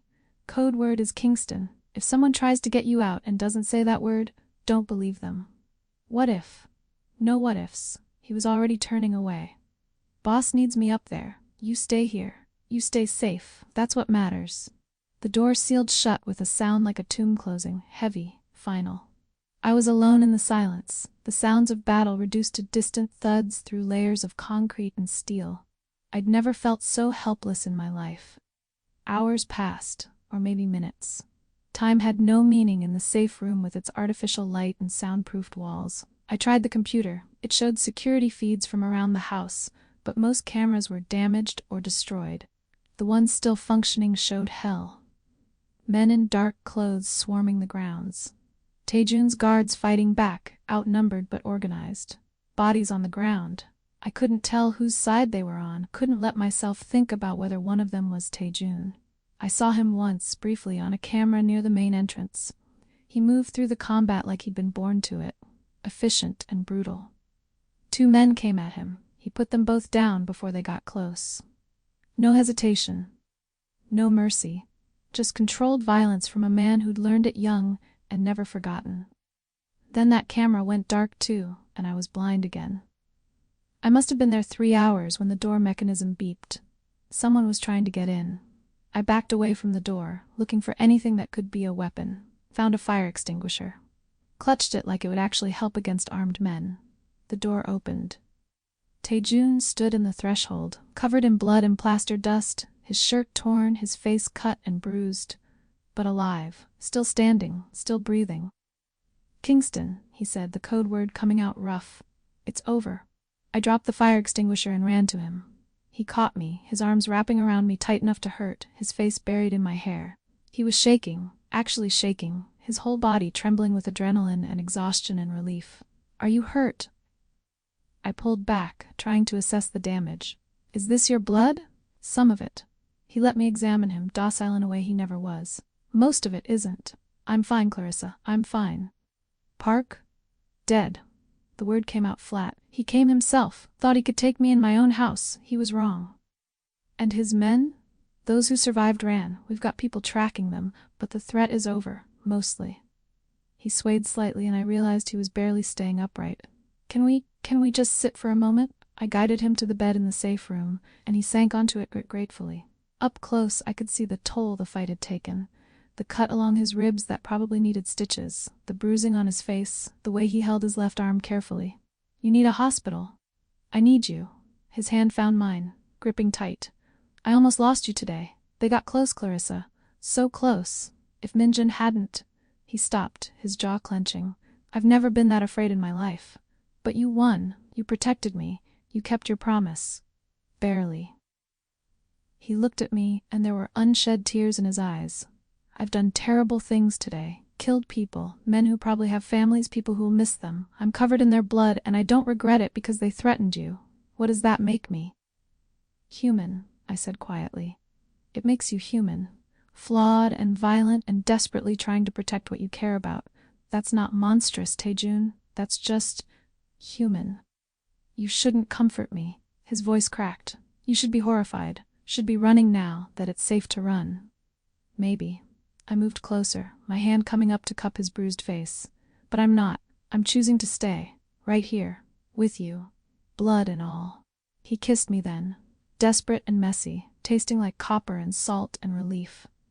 It wasn't gentle or romantic. It was raw need, the kind that comes from nearly losing something you didn't realize you couldn't live without. When we broke apart, both breathing hard, his forehead rested against mine. "I love you," he said, the words tumbling out rough and unplanned. "I know I shouldn't. I know it's too soon and too complicated and probably completely insane. But I love you, Clarissa. I have since that night in the lounge when you looked at me like I was dangerous and chose to stay anyway. My heart was hammering so hard I could barely hear over it. Taejun, you don't have to say it back." He pulled away slightly, giving me space. I just needed you to know. Needed to say it out loud. In case I don't get another chance. You'll get other chances. I was crying now, couldn't seem to stop. You'll get so many chances, you'll get sick of me saying it back. I could never get sick of you. Then you're really not thinking this through. I laughed through the tears. I'm difficult and stubborn, and I hold grudges. Ask Minjun. He's been suffering through my attitude for 3 months. Minjun thinks you're the best thing that's ever happened to me. Minjun is biased. Minjun is right. Taejun's hand came up, wiping away my tears with his thumb. You're the best thing that's ever happened to me, Clarissa Pembroke. The only good thing in a life full of darkness. And I know I don't deserve you. I know I've done everything wrong, but I'm asking anyway. Stay. Not because you're trapped or scared, but because you want to. Because this, us, is worth choosing. The words stuck in my throat. 3 months of resistance and self-preservation warring with what I actually felt. I need time. I need to process that people died today because of me. Not because of you, he cut in firmly. Because of Park's choices. Because he saw an opportunity for power and took it. You're not responsible for his violence or mine. You're just the person I chose to protect, and I'd make that choice again. That's not healthy. Neither is stalking someone for 3 weeks and kidnapping them for their own protection, he agreed. But here we are. Despite everything, I smiled. Yeah. Here we are.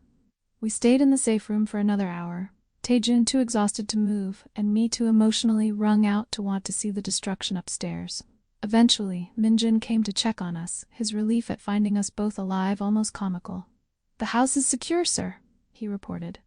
Medical team is upstairs if you need them, and the authorities are asking questions about the explosions. I'll handle it. Taejun stood with my help. Make sure everyone knows. Anyone who was here today gets hazard pay, triple, and families of anyone we lost get full benefits for life. Already done, sir. Good.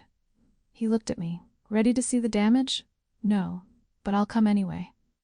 The house was destroyed. Not completely. The structure stood, mostly, but everywhere I looked there was damage. Shattered windows, bullet holes, blood on the pristine floors. The cost of keeping me safe written in violence and destruction. But we'd survived. That's what mattered. That night, after Taejun had been stitched up and the authorities had been paid off and the bodies had been removed, I found myself in his bedroom for the first time. Not because he'd asked, but because I couldn't stand to be alone.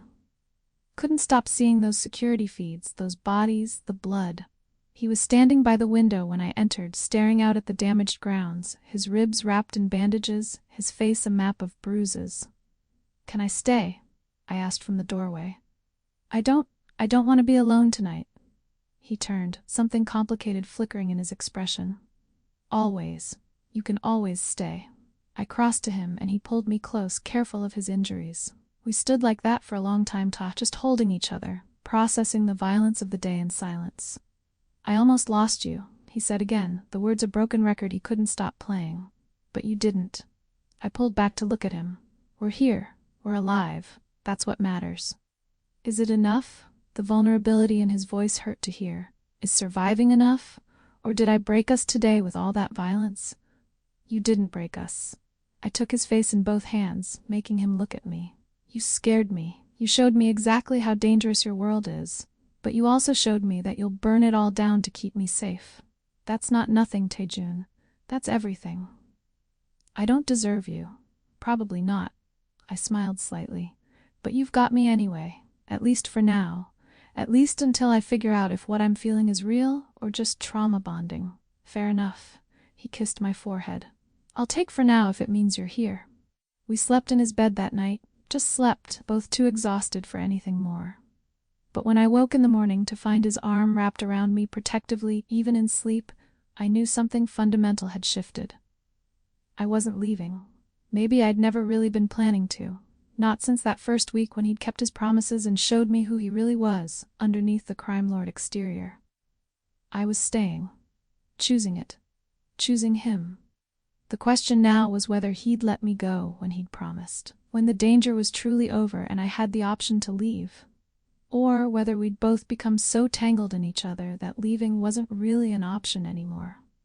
The weeks after Park's death were strange. quiet in ways that felt unnatural after months of tension. The house was being repaired, construction crews working around the clock to fix windows, patch walls, erase the evidence of violence. But some scars ran deeper than plaster and glass. I caught Taejun standing at windows sometimes, staring at nothing, his hand unconsciously reaching for a gun that wasn't there. He'd wake in the night gasping, reaching for me like he needed proof I was still alive. The violence had cost him something I couldn't quite name, some piece of his carefully maintained control. "I keep seeing it," he admitted one night, 3 weeks after the attack. We were in his room, our room now, though neither of us had officially acknowledged the shift. "The moment they breached the wall, the moment I realized they were coming for you. I keep seeing all the ways I could have lost you. But you didn't." I turned in his arms, my hand finding his face in the darkness. "I'm here. I'm alive. We both are. This time." His voice was rough. "But what about next time? What about the next person who sees you as leverage? The next rival who thinks taking you will hurt me? Then we handle it, together." "That's not a life, Clarissa." He sat up, running his hands through his hair. "That's just survival, constantly looking over our shoulders, never knowing when the next threat will come. Isn't that what you've been doing your whole life?" "Yes, which is why I know exactly how exhausting it is." He looked at me, and in the moonlight streaming through the windows, I could see the weight he carried. "You deserve better than this, better than me." "Don't I get to decide that?" "Do you?" The question came out sharper than he probably intended. "Or have you just adapted? Stockholm Syndrome with better furniture?" The words stung because I'd wondered the same thing. How much of what I felt was real, and how much was just survival instinct dressed up as affection? "I don't know," I admitted. "But I know that when I thought you might die, when I was in that safe room watching security feeds and seeing you fight, I wasn't scared for my safety. I was scared of losing you. That's not Stockholm Syndrome. That's just feeling." "Feeling what?" The question hung between us, heavy with everything we'd been dancing around for months. "I don't know yet," I said honestly, "but I want to find out, and I can't do that if you're already planning my exit." Taejun was quiet for a long time. When he spoke again, his voice was barely above a whisper. "I meant what I said before about loving you." He turned to face me fully. "But I also meant what I said about giving you the choice. And that choice needs to be real, Clarissa. Not made under threat. Not made because you're afraid of what happens if you leave." "Then what do you want me to do?" "Leave." The word came out broken. "Leave for a while. Go somewhere safe. Take time away from me, from this house, from everything. And then decide if you want to come back. Without the danger, without the pressure. Just choose." My heart stuttered. "You're asking me to leave?" "I'm asking you to be free." His hand found mine in the darkness. "Really free. Not just free within boundaries or free once the threat is gone. Actually free. To go wherever you want, to be whoever you want. And then if you want, to come back. And if I don't want to leave, then you're still trapped." He brought my hand to his lips, kissing my knuckles. "Still making choices based on fear or obligation or proximity. I need to know that if you stay, it's because you genuinely want to be here, with me. Not because you've just gotten used to it." Tears burned behind my eyes. "You're really doing this?" "I have to." His voice cracked. "Because keeping you here, even with your consent, still feels like possession. And I promised myself I'd never be my father. That I'd never take something, someone, just because I could. This is different." "Is it?" He cupped my face, his thumbs brushing away tears I hadn't realized were falling. "I stalked you, kidnapped you, killed for you. I've done everything except let you go. And until I do that, until I prove I can let you go, how can either of us know if this is real?" I wanted to argue. Wanted to tell him he was being ridiculous. That of course this was real, that I'd already made my choice. But the rational part of my brain, the part that had been shouting warnings for months, knew he was right. I'd never actually been free to choose. Not really. Every choice I'd made had been under the shadow of danger, with the knowledge that leaving meant risking my life. That wasn't freedom. That was just a prettier cage. "Where would I go?" I asked finally. "Anywhere you want." He reached for his phone, pulling up what looked like bank accounts. "I've set up funds in your name, enough to live comfortably for years. Enough to go to college if you want, to travel, to start over completely. No strings, no conditions. Taejun, it's not payment, he said quickly. It's not trying to buy you or assuage my guilt. It's just making sure you have options. Real ones. You gave up your apartment, your job, your normal life because of me. This is me making sure you can have those things back, or have new things, whatever you want. I stared at the phone, at numbers that didn't seem real. That's too much. It's not nearly enough. He set the phone aside. But it's what I can give you. Freedom. Actual freedom. And when you've had time to be away from me, away from this life, you can decide if you want to come back. What if I decide I don't want to come back? Pain flickered across his face, but he didn't look away. Then I'll be devastated, but I'll survive. And I'll know that at least one person I love got away from this world intact. You really love me. It wasn't a question. I could see it in every line of his face, hear it in every word. This was breaking him, but he was doing it anyway because he thought it was right. More than I've ever loved anything, he said simply. Which is why I have to let you go. Because love without freedom isn't love. It's just pretty possession, and you deserve better than that. We sat in silence for a long time, holding each other in the darkness. Tomorrow, everything would change. Tomorrow, I'd have to make a choice I wasn't sure I was ready for. But tonight, we had this. Each other. The truth finally spoken aloud. When? I asked finally. Whenever you're ready. Tomorrow, next week, next month. There's no rush. Tomorrow, I decided. If I wait, I'll lose my nerve. Or I'll convince myself I don't need to go. But you're right, I do need to go. I need to know who I am without you, what I want without danger forcing my hand. Okay. His arms tightened around me. Tomorrow. We didn't sleep that night, just held each other, memorizing the feel and scent and warmth. Tomorrow I'd leave. Tomorrow everything would change. Tomorrow I'd find out if what we had was real or just survival dressed up as something more. Morning came too quickly. Minjun drove me to the airport, silent and professional as always. But I caught him glancing at me in the rearview mirror with something that looked like sadness. Even he knew this might be permanent. Taejun had wanted to come, but I'd said no. Couldn't handle seeing him in public, in daylight, without breaking down completely. Instead, he'd kissed me goodbye in the driveway at dawn, his face carefully blank, his hands gentle as they cupped my face one last time. Where will you go? He'd asked. I don't know yet. Away. Somewhere I can think. And if you decide, he stopped, jaw clenching. If you decide not to come back, will you at least tell me, so I know you're safe? I promise. That's all I ask.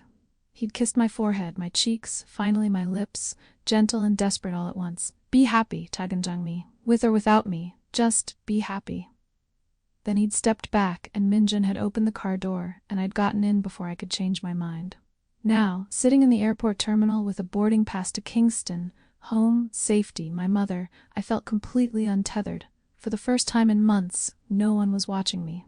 No guards, no surveillance. Just me and a future I could barely imagine. My phone buzzed.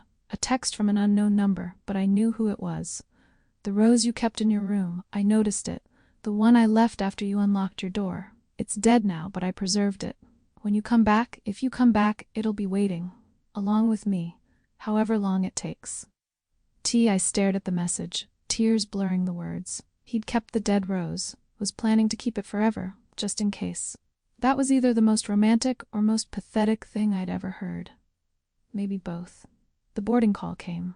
I stood, shouldering the bag Minjun had packed for me, my clothes, my laptop, photos I'd thought lost in the apartment raid. Everything I'd need to start over, everything except the one thing I actually wanted. I made it halfway down the jetway before I stopped. What was I doing? Running? Hiding? Pretending that distance would make anything clear? I'd spent my whole life running from things that scared me.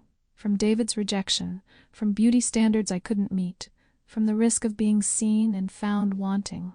And now I was running from the one man who'd seen me completely. Ugly clothes, bad attitude, messy trauma, and decided I was worth burning the world down for. Ma'am? The flight attendant looked concerned. Are you boarding? Was I? I thought about my mother in Kingston, the comfort of home, the safety of distance. Thought about rebuilding my life from scratch, free from danger and criminal underworlds, and men who loved me enough to let me go. Then I thought about Tae-jun standing in his driveway at dawn, watching me leave, his face carefully blank because he was letting me choose, even though it was killing him. Thought about 3 months of him keeping every promise, of learning his scars and trauma, of watching him try so hard to be different from his father, to draw lines and keep them, even when it cost him. Thought about the dead rose he'd preserved, the account he'd set up with no strings attached, the way he'd pushed me away because he thought that's what love required. I'd spent my whole life waiting for someone to choose me. Tae-jun had chosen me, obsessively, dangerously, completely. And then he'd unchosen me because he thought that's what I needed. Maybe what I needed was to choose back. "Ma'am?" The flight attendant again, more insistent. I looked at the plane, at escape and safety and freedom. Then I turned around and walked back up the jetway. Minjun was waiting exactly where I'd left him, leaning against the car, and when he saw me emerge from the terminal, his expression didn't change, but something flickered in his eyes that looked like satisfaction. "Forgot something?" he asked calmly. "Yeah." I threw my bag in the back seat. My mind. Apparently I lost it. Found it again? Maybe. Or maybe I'm just done running from things that scare me. I looked at him. "Take me home." He smiled. Actually smiled the first time I'd seen it. "Yes, ma'am." The drive back took forever and no time at all.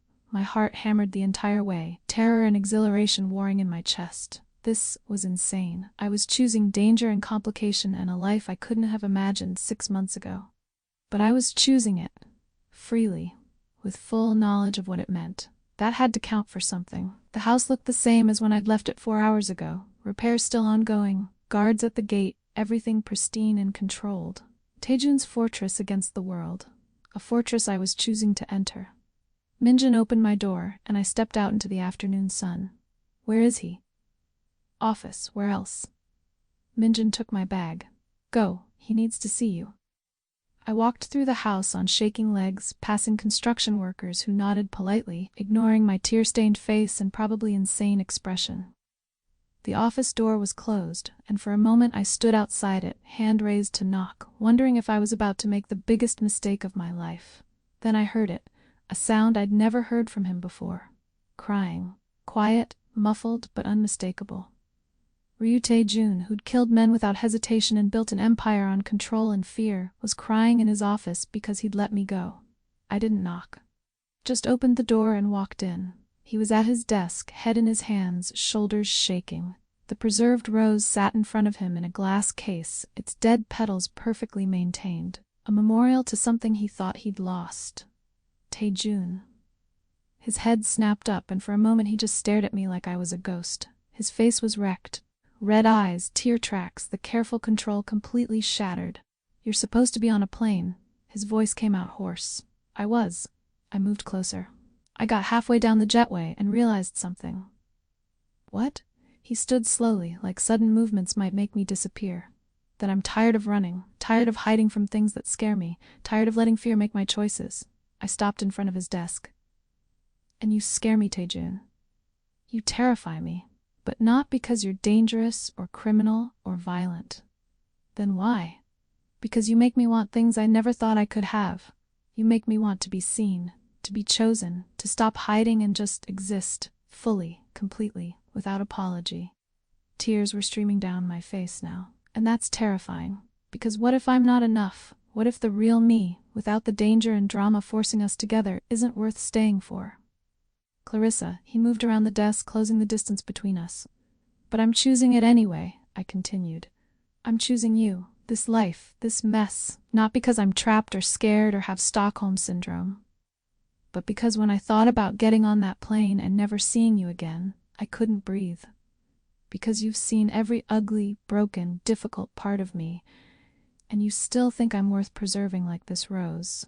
Because you let me go, even though it was killing you. And that's the most loving thing anyone's ever done for me. You came back." He said it like he couldn't quite believe it. "You actually came back." "I came back." I reached for him, my hands finding his face. "I choose this, Tae-jun. I choose you, the danger and the complications and the completely insane life. I choose all of it, because it comes with you, and apparently you're worth it." He kissed me then, desperate and reverent, like I was something precious he'd thought he'd lost forever. His hands were in my hair, on my face, my waist, everywhere, like he needed to confirm I was real. "I love you," I said when we finally broke apart. "I think I have for a while. I was just too scared to admit it, but I'm done being scared. I love you, completely, probably insanely, but I love you." "Say it again." His voice broke. "Please." "I love you, Ryu Taijun." I smiled through my tears. "Criminal, stalker, the man who kidnapped me for my own protection. I love all of it, all of you. I don't deserve you. Probably not." I laughed. "But you've got me anyway, if you still want me." "If I?" He pulled back, staring at me like I'd lost my mind. "Clarissa, I will want you until the day I die, and probably long after. You could have stayed on that plane, could have built a new life far away from me. But you came back, you chose me. That's," his voice broke, "that's everything. So we're doing this? Really doing this?" "If you're sure." His hands cupped my face, thumbs brushing away my tears. "Because once you're mine, really mine by choice, I'm never letting you go. This is it. Forever. No more escapes. No more second chances to run." "Good." I kissed him again. "I'm done running." We stood there in his office, holding each other, while construction noises echoed through the house and the afternoon sun streamed through windows still being repaired. Everything was broken and being rebuilt, including us. But we were rebuilding together, by choice, with full knowledge of what we were choosing. That made all the difference. "The rose," I said, noticing the glass case again. "You really kept it." "I told you I would." He kissed my forehead. "I was going to keep it forever. A reminder of what I'd had and lost, what loving someone enough to let them go actually meant. Well, now you have me and the rose." I smiled, though I'd prefer not to be preserved in glass. No promises. He was smiling too, really smiling, his face transformed from the broken man I'd found crying. "You're precious. I preserve precious things." "That's creepy." "You love me anyway." "Yeah." I laughed, feeling lighter than I had in months. "I really do. God help me, I really do." "God has nothing to do with this," Taejun said, pulling me closer. "This is all us, you and me, choosing each other despite everything that should keep us apart. The world's worst love story, or the best one." His hand found mine, fingers intertwining. "Depends on your perspective." "What's your perspective?" "That I'm the luckiest man alive." He kissed me again, soft and sweet. "And I'll spend the rest of my life proving I'm worth the choice you made today." "You already have," I said. "By letting me go, by giving me freedom even though it destroyed you. That's when I knew." "Knew what?" "That this was real, that you loved me, that I loved you back." I smiled. "And that maybe, just maybe, we could make this work. We could. We would. It wouldn't be easy. Nothing about us was easy. But it would be ours. Chosen. Real. And that was all that mattered." 3 months later, the lounge where we'd first met had reopened after renovations, which was corporate speak for repairing the damage from that night when a Mafia boss met his future girlfriend and everything went sideways. Taejun had bought the building. Of course he had. Couldn't let the place where he'd first decided to upend my entire life fall into the hands of people who might change it. Now we were back there, sitting in the same booth where he'd told me I was his, and I'd thought he was insane. The leather had been replaced, the table refinished, but it was the same space, the same beginning. "You're sure about this?" Taejun asked, his hand finding mine across the table. A gesture so natural now I barely registered it. "About what?" "Sitting in a lounge where your enemies might see us?" I smiled. "We've been doing that for 3 months. I think I'm used to it." "About the rest of it?" His thumb stroked across my knuckles. "Moving in officially. Not just staying because it's convenient or safe, but actually living together, as partners." "Partners." I tested the word. "Is that what we are?" "I don't know what else to call it." He looked around the lounge. Guards discreetly positioned, staff who knew to give us privacy, everything controlled even in public. "You're not my captive. You're not just my girlfriend. You're yours," I finished. "The way you're mine. Equal, chosen, permanent." "Yes." Relief flickered across his face. "That, exactly that." It had taken 3 months to get here. 3 months of therapy, both individual and couples, because apparently even criminals need emotional processing, of renegotiating boundaries constantly, of learning how to be together when there was no danger forcing us into proximity. It hadn't been easy. Some days I still woke up terrified I'd made a mistake. Some days he still reached for control in ways that reminded me how he'd started. But we were learning, growing, choosing each other every single day instead of just once. My mother knows, I said casually, taking a sip of my drink. Taejun froze. Knows what? About you, about us, about everything. I smiled at his expression. Well, not everything. She doesn't know about the kidnapping or the gang war or the bodies, but she knows I'm with someone serious. And she wants to meet you. I laughed at his panic. Relax, she's Jamaican. She's seen worse than a Korean crime lord, probably.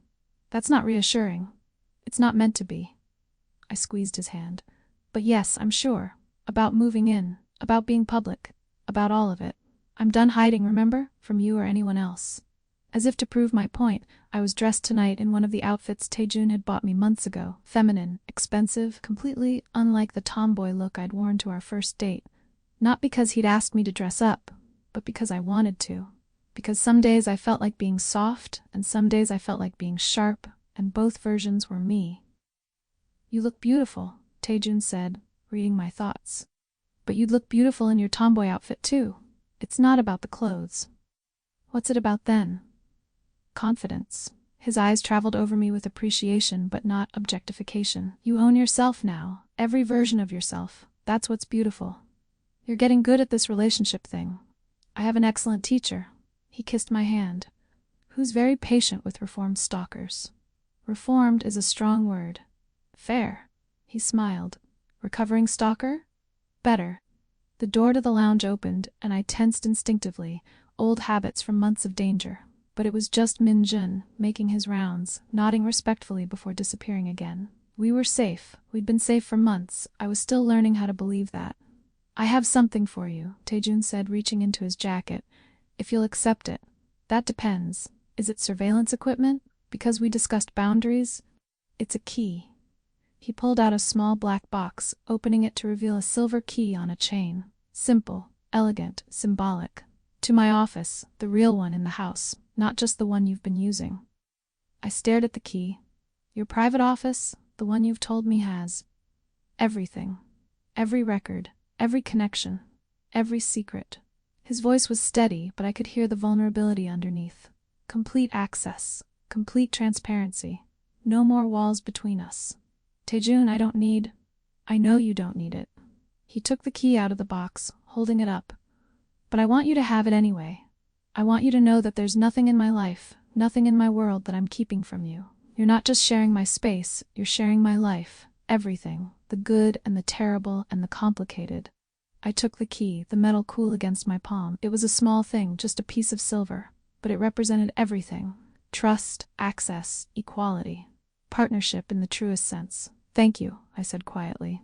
This means everything, he finished. I know, it's supposed to. I put the chain around my neck, the key resting against my heart. So we're really doing this. Full partnership, no more secrets, no more hierarchies. No more invisibility, Taejun added, for either of us. You're not hiding anymore, and I'm not hiding behind control and power. We're just us, however messy that is. It's going to be very messy. Good. He leaned across the table, kissing me softly. I like messy. Messy is real. We stayed at the lounge for another hour, talking about nothing and everything, about his meeting tomorrow with potential business partners, legitimate ones, he promised, about my plans to finally go back to school, finish my degree, about the trip to Kingston to visit my mother that I was both dreading and excited for. Normal couple things. Except we weren't a normal couple, would never be a normal couple. But maybe that was okay. Maybe normal was overrated. As we left the lounge, guards falling into formation, car waiting at the curb, I noticed people watching us. Some with curiosity, some with fear, some with recognition. They knew who Taejun was, and now they'd know who I was too. Not the girl he'd kidnapped, not the prisoner he'd kept, but the woman who'd chosen him. Freely, completely, with full knowledge of who he was and what that meant. I should have been scared of that visibility. Months ago I would have been. But now, walking beside Taejun with his hand in mine and a key to his secrets around my neck, I felt something different. Power, not over him or anyone else, but over myself, over my story, over the choice to be seen. What are you thinking? Taejun asked as the car pulled away from the curb. That I'm glad I didn't get on that plane. Me too, he pulled me closer. Best decision you ever made. Second best, I corrected. The first best was walking into that lounge 6 months ago, looking like I wanted to disappear. If I hadn't done that, you never would have fallen for me. I would have fallen for you eventually. His arm tightened around me. Maybe it would have taken longer. Maybe it would have been less dramatic. But I would have found you, Clarissa. Somehow. Because some things are inevitable. That's very romantic for a crime lord. Reformed crime lord, he corrected with a smile. I'm branching into legitimate business, mostly. Mostly? Baby steps. He kissed my temple. You can't expect me to completely change overnight. I'm still me, just a better version. The version that deserves you. You've always deserved me, I said. You just had to learn how to stop taking and start asking. And you had to learn how to stop hiding and start choosing. Yeah, I smiled, watching the city lights blur past the window. I guess we both had to learn something. We drove through Koreatown, past the market where I'd planned to shop 6 months ago, past my old apartment building that I'd never gone back to, past all the places that used to define my life. That old life felt like it belonged to someone else now. Someone smaller. Someone who thought invisibility was safety. Do you regret it? Taejun asked quietly. Any of it? The way we started? What I put you through? I thought about it. Really thought about it. About the fear and anger and violation of those first weeks. About the trauma of the attack. About all the ways this could have gone wrong, could still go wrong. No, I said finally. I don't regret it. I wish it had happened differently. Less stalking, less kidnapping, less violence, but I don't regret where it got us. This. Us. The version of me who's strong enough to choose danger because the alternative is hiding forever. Good, he exhaled, like he'd been holding that breath for months. Because I regret the how, but never the what, never you. Even when I'm difficult. Especially then, he grinned. Difficult means you're not performing, not pretending, just being exactly who you are. A mess? My mess. He kissed me again, mine to love and argue with and build a life beside. That's very possessive. You love it. Yeah, I laughed. I really do. We arrived back at the house, still technically his but increasingly ours, as the sun set, painting the repaired walls golden. The rose garden had been replanted, the damaged sections of grounds restored. You'd never know a war had happened here 3 months ago unless you looked closely at the slight differences in the stone, the barely visible reinforcements in the walls.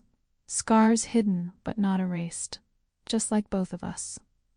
Inside, everything was warm and quiet. The staff had left for the night, giving us privacy. Minjun did his final sweep and disappeared to wherever he disappeared to. We were alone in the house that had started as my prison and become my home. Come on, Taejun said, pulling me toward his office. Our office now, I supposed. I want to show you what the key actually opens. The office looked the same as always, but he led me to a bookshelf and pulled a specific book. The shelf swung open, revealing a second office behind it. Seriously? I stared at him. A secret room behind a bookshelf? Could you be more cliché? I'm a crime lord with a secret room. Cliché comes with the territory. He guided me inside. But this is where everything real is. The records no one else sees. The plans. The connections. Everything. The hidden office was smaller, more intimate. Lined with filing cabinets and safes, a single desk with a computer, walls covered in maps and photographs. His real nerve center. The part of his life he'd kept completely separate from everything else. Until now. Until me. You can access anything here, he said. Anytime. I've set up your biometrics. This room is as much yours as it is mine. No secrets. No barriers. I walked slowly around the space, seeing his life laid out in files and documents. This is trust. This is love. He came up behind me, arms wrapping around my waist. Trust is believing you won't hurt me. Love is giving you the power to hurt me and believing you won't use it. That's terrifying, yes. His chin rested on my shoulder. But it's also the only way this works. Complete honesty, complete vulnerability, complete partnership. I turned in his arms, the key around my neck pressing between us. So we're equals now? Really equals? We always were. His hands came up to frame my face. You just didn't believe it yet, but yes, equals. Partners. Whatever you want to call it. You have as much power in this relationship as I do. That's non-negotiable. What if I abuse that power? Then we fight about it. He smiled. And then we make up. And then we negotiate better boundaries, like adults, like people who are choosing each other every day. That sounds exhausting. It is. He kissed me, soft and sweet. But it's worth it. You're worth it. Every complicated, difficult, beautiful moment of this is worth it. I kissed him back, pouring everything into it, gratitude and love and acceptance of both our darknesses. We'd both been broken in our own ways, both been hiding, both been terrified of being truly seen. But we'd found each other anyway, through stalking and kidnapping and violence and terrible decisions, through fear and danger and choosing each other despite every reason not to. It wasn't a fairy tale. It was something messier and more real, something earned rather than given, something ours. I love you, I said when we finally broke apart. In case I haven't said it enough today. You can never say it enough. His forehead rested against mine. But I believe you, finally, completely. You're here because you want to be. That's everything. It is, I agreed. Everything. Later, lying in bed, our bed, truly ours now, I thought about the woman I'd been 6 months ago, hiding in oversized clothes, making herself invisible, running from anything that might see her. That woman was gone, or maybe not gone, but transformed, integrated into someone stronger. Someone who could stand in the light without flinching, someone who could be seen, really seen, without being destroyed by it. Someone who could love a dangerous man and trust him to love her back without swallowing her whole. What are you thinking? Taejun murmured, half asleep. That I'm not invisible anymore. You never were. His arm tightened around me. You just couldn't see yourself the way I saw you. And how's that? Clearly. He kissed my shoulder. Completely, perfectly, exactly as you are. I smiled in the darkness. That's all anyone really wants, isn't it? To be seen? To be seen and chosen anyway, he corrected. That's the real gift. I see all of you, Clarissa. Every beautiful and difficult and complicated piece, and I choose you. Every time. I choose you too, I whispered. Even the parts that scare me. Especially those, he said, because those parts made me who I am. Made us who we are. We fell asleep like that, tangled together, equals in the darkness. No more captor and captive. No more hunter and prey. Just two broken people who'd found each other in the shadows and decided the light wasn't so scary after all. Love without consent was possession. But this was something else entirely. This was love chosen freely, with full knowledge and without coercion. This was safety found not in walls but in honesty. This was femininity reclaimed as optional, not required. This was power shared equally between two people who'd learned that strength comes from vulnerability, not control. This was everything we'd both been too scared to choose until we found each other. And it was perfect. Not despite the mess, but because of it. Because we'd both learned that being seen, truly seen, was terrifying and exhilarating and absolutely necessary. And we'd chosen it anyway. Chosen each other. No more invisibility. Just us. Finally. Thanks for watching Clarissa and Taejun's story. If you enjoyed it, subscribe and comment where you're watching from. It means the world to me. The next video is ready for you right now. Click it, and let's keep this romance marathon going.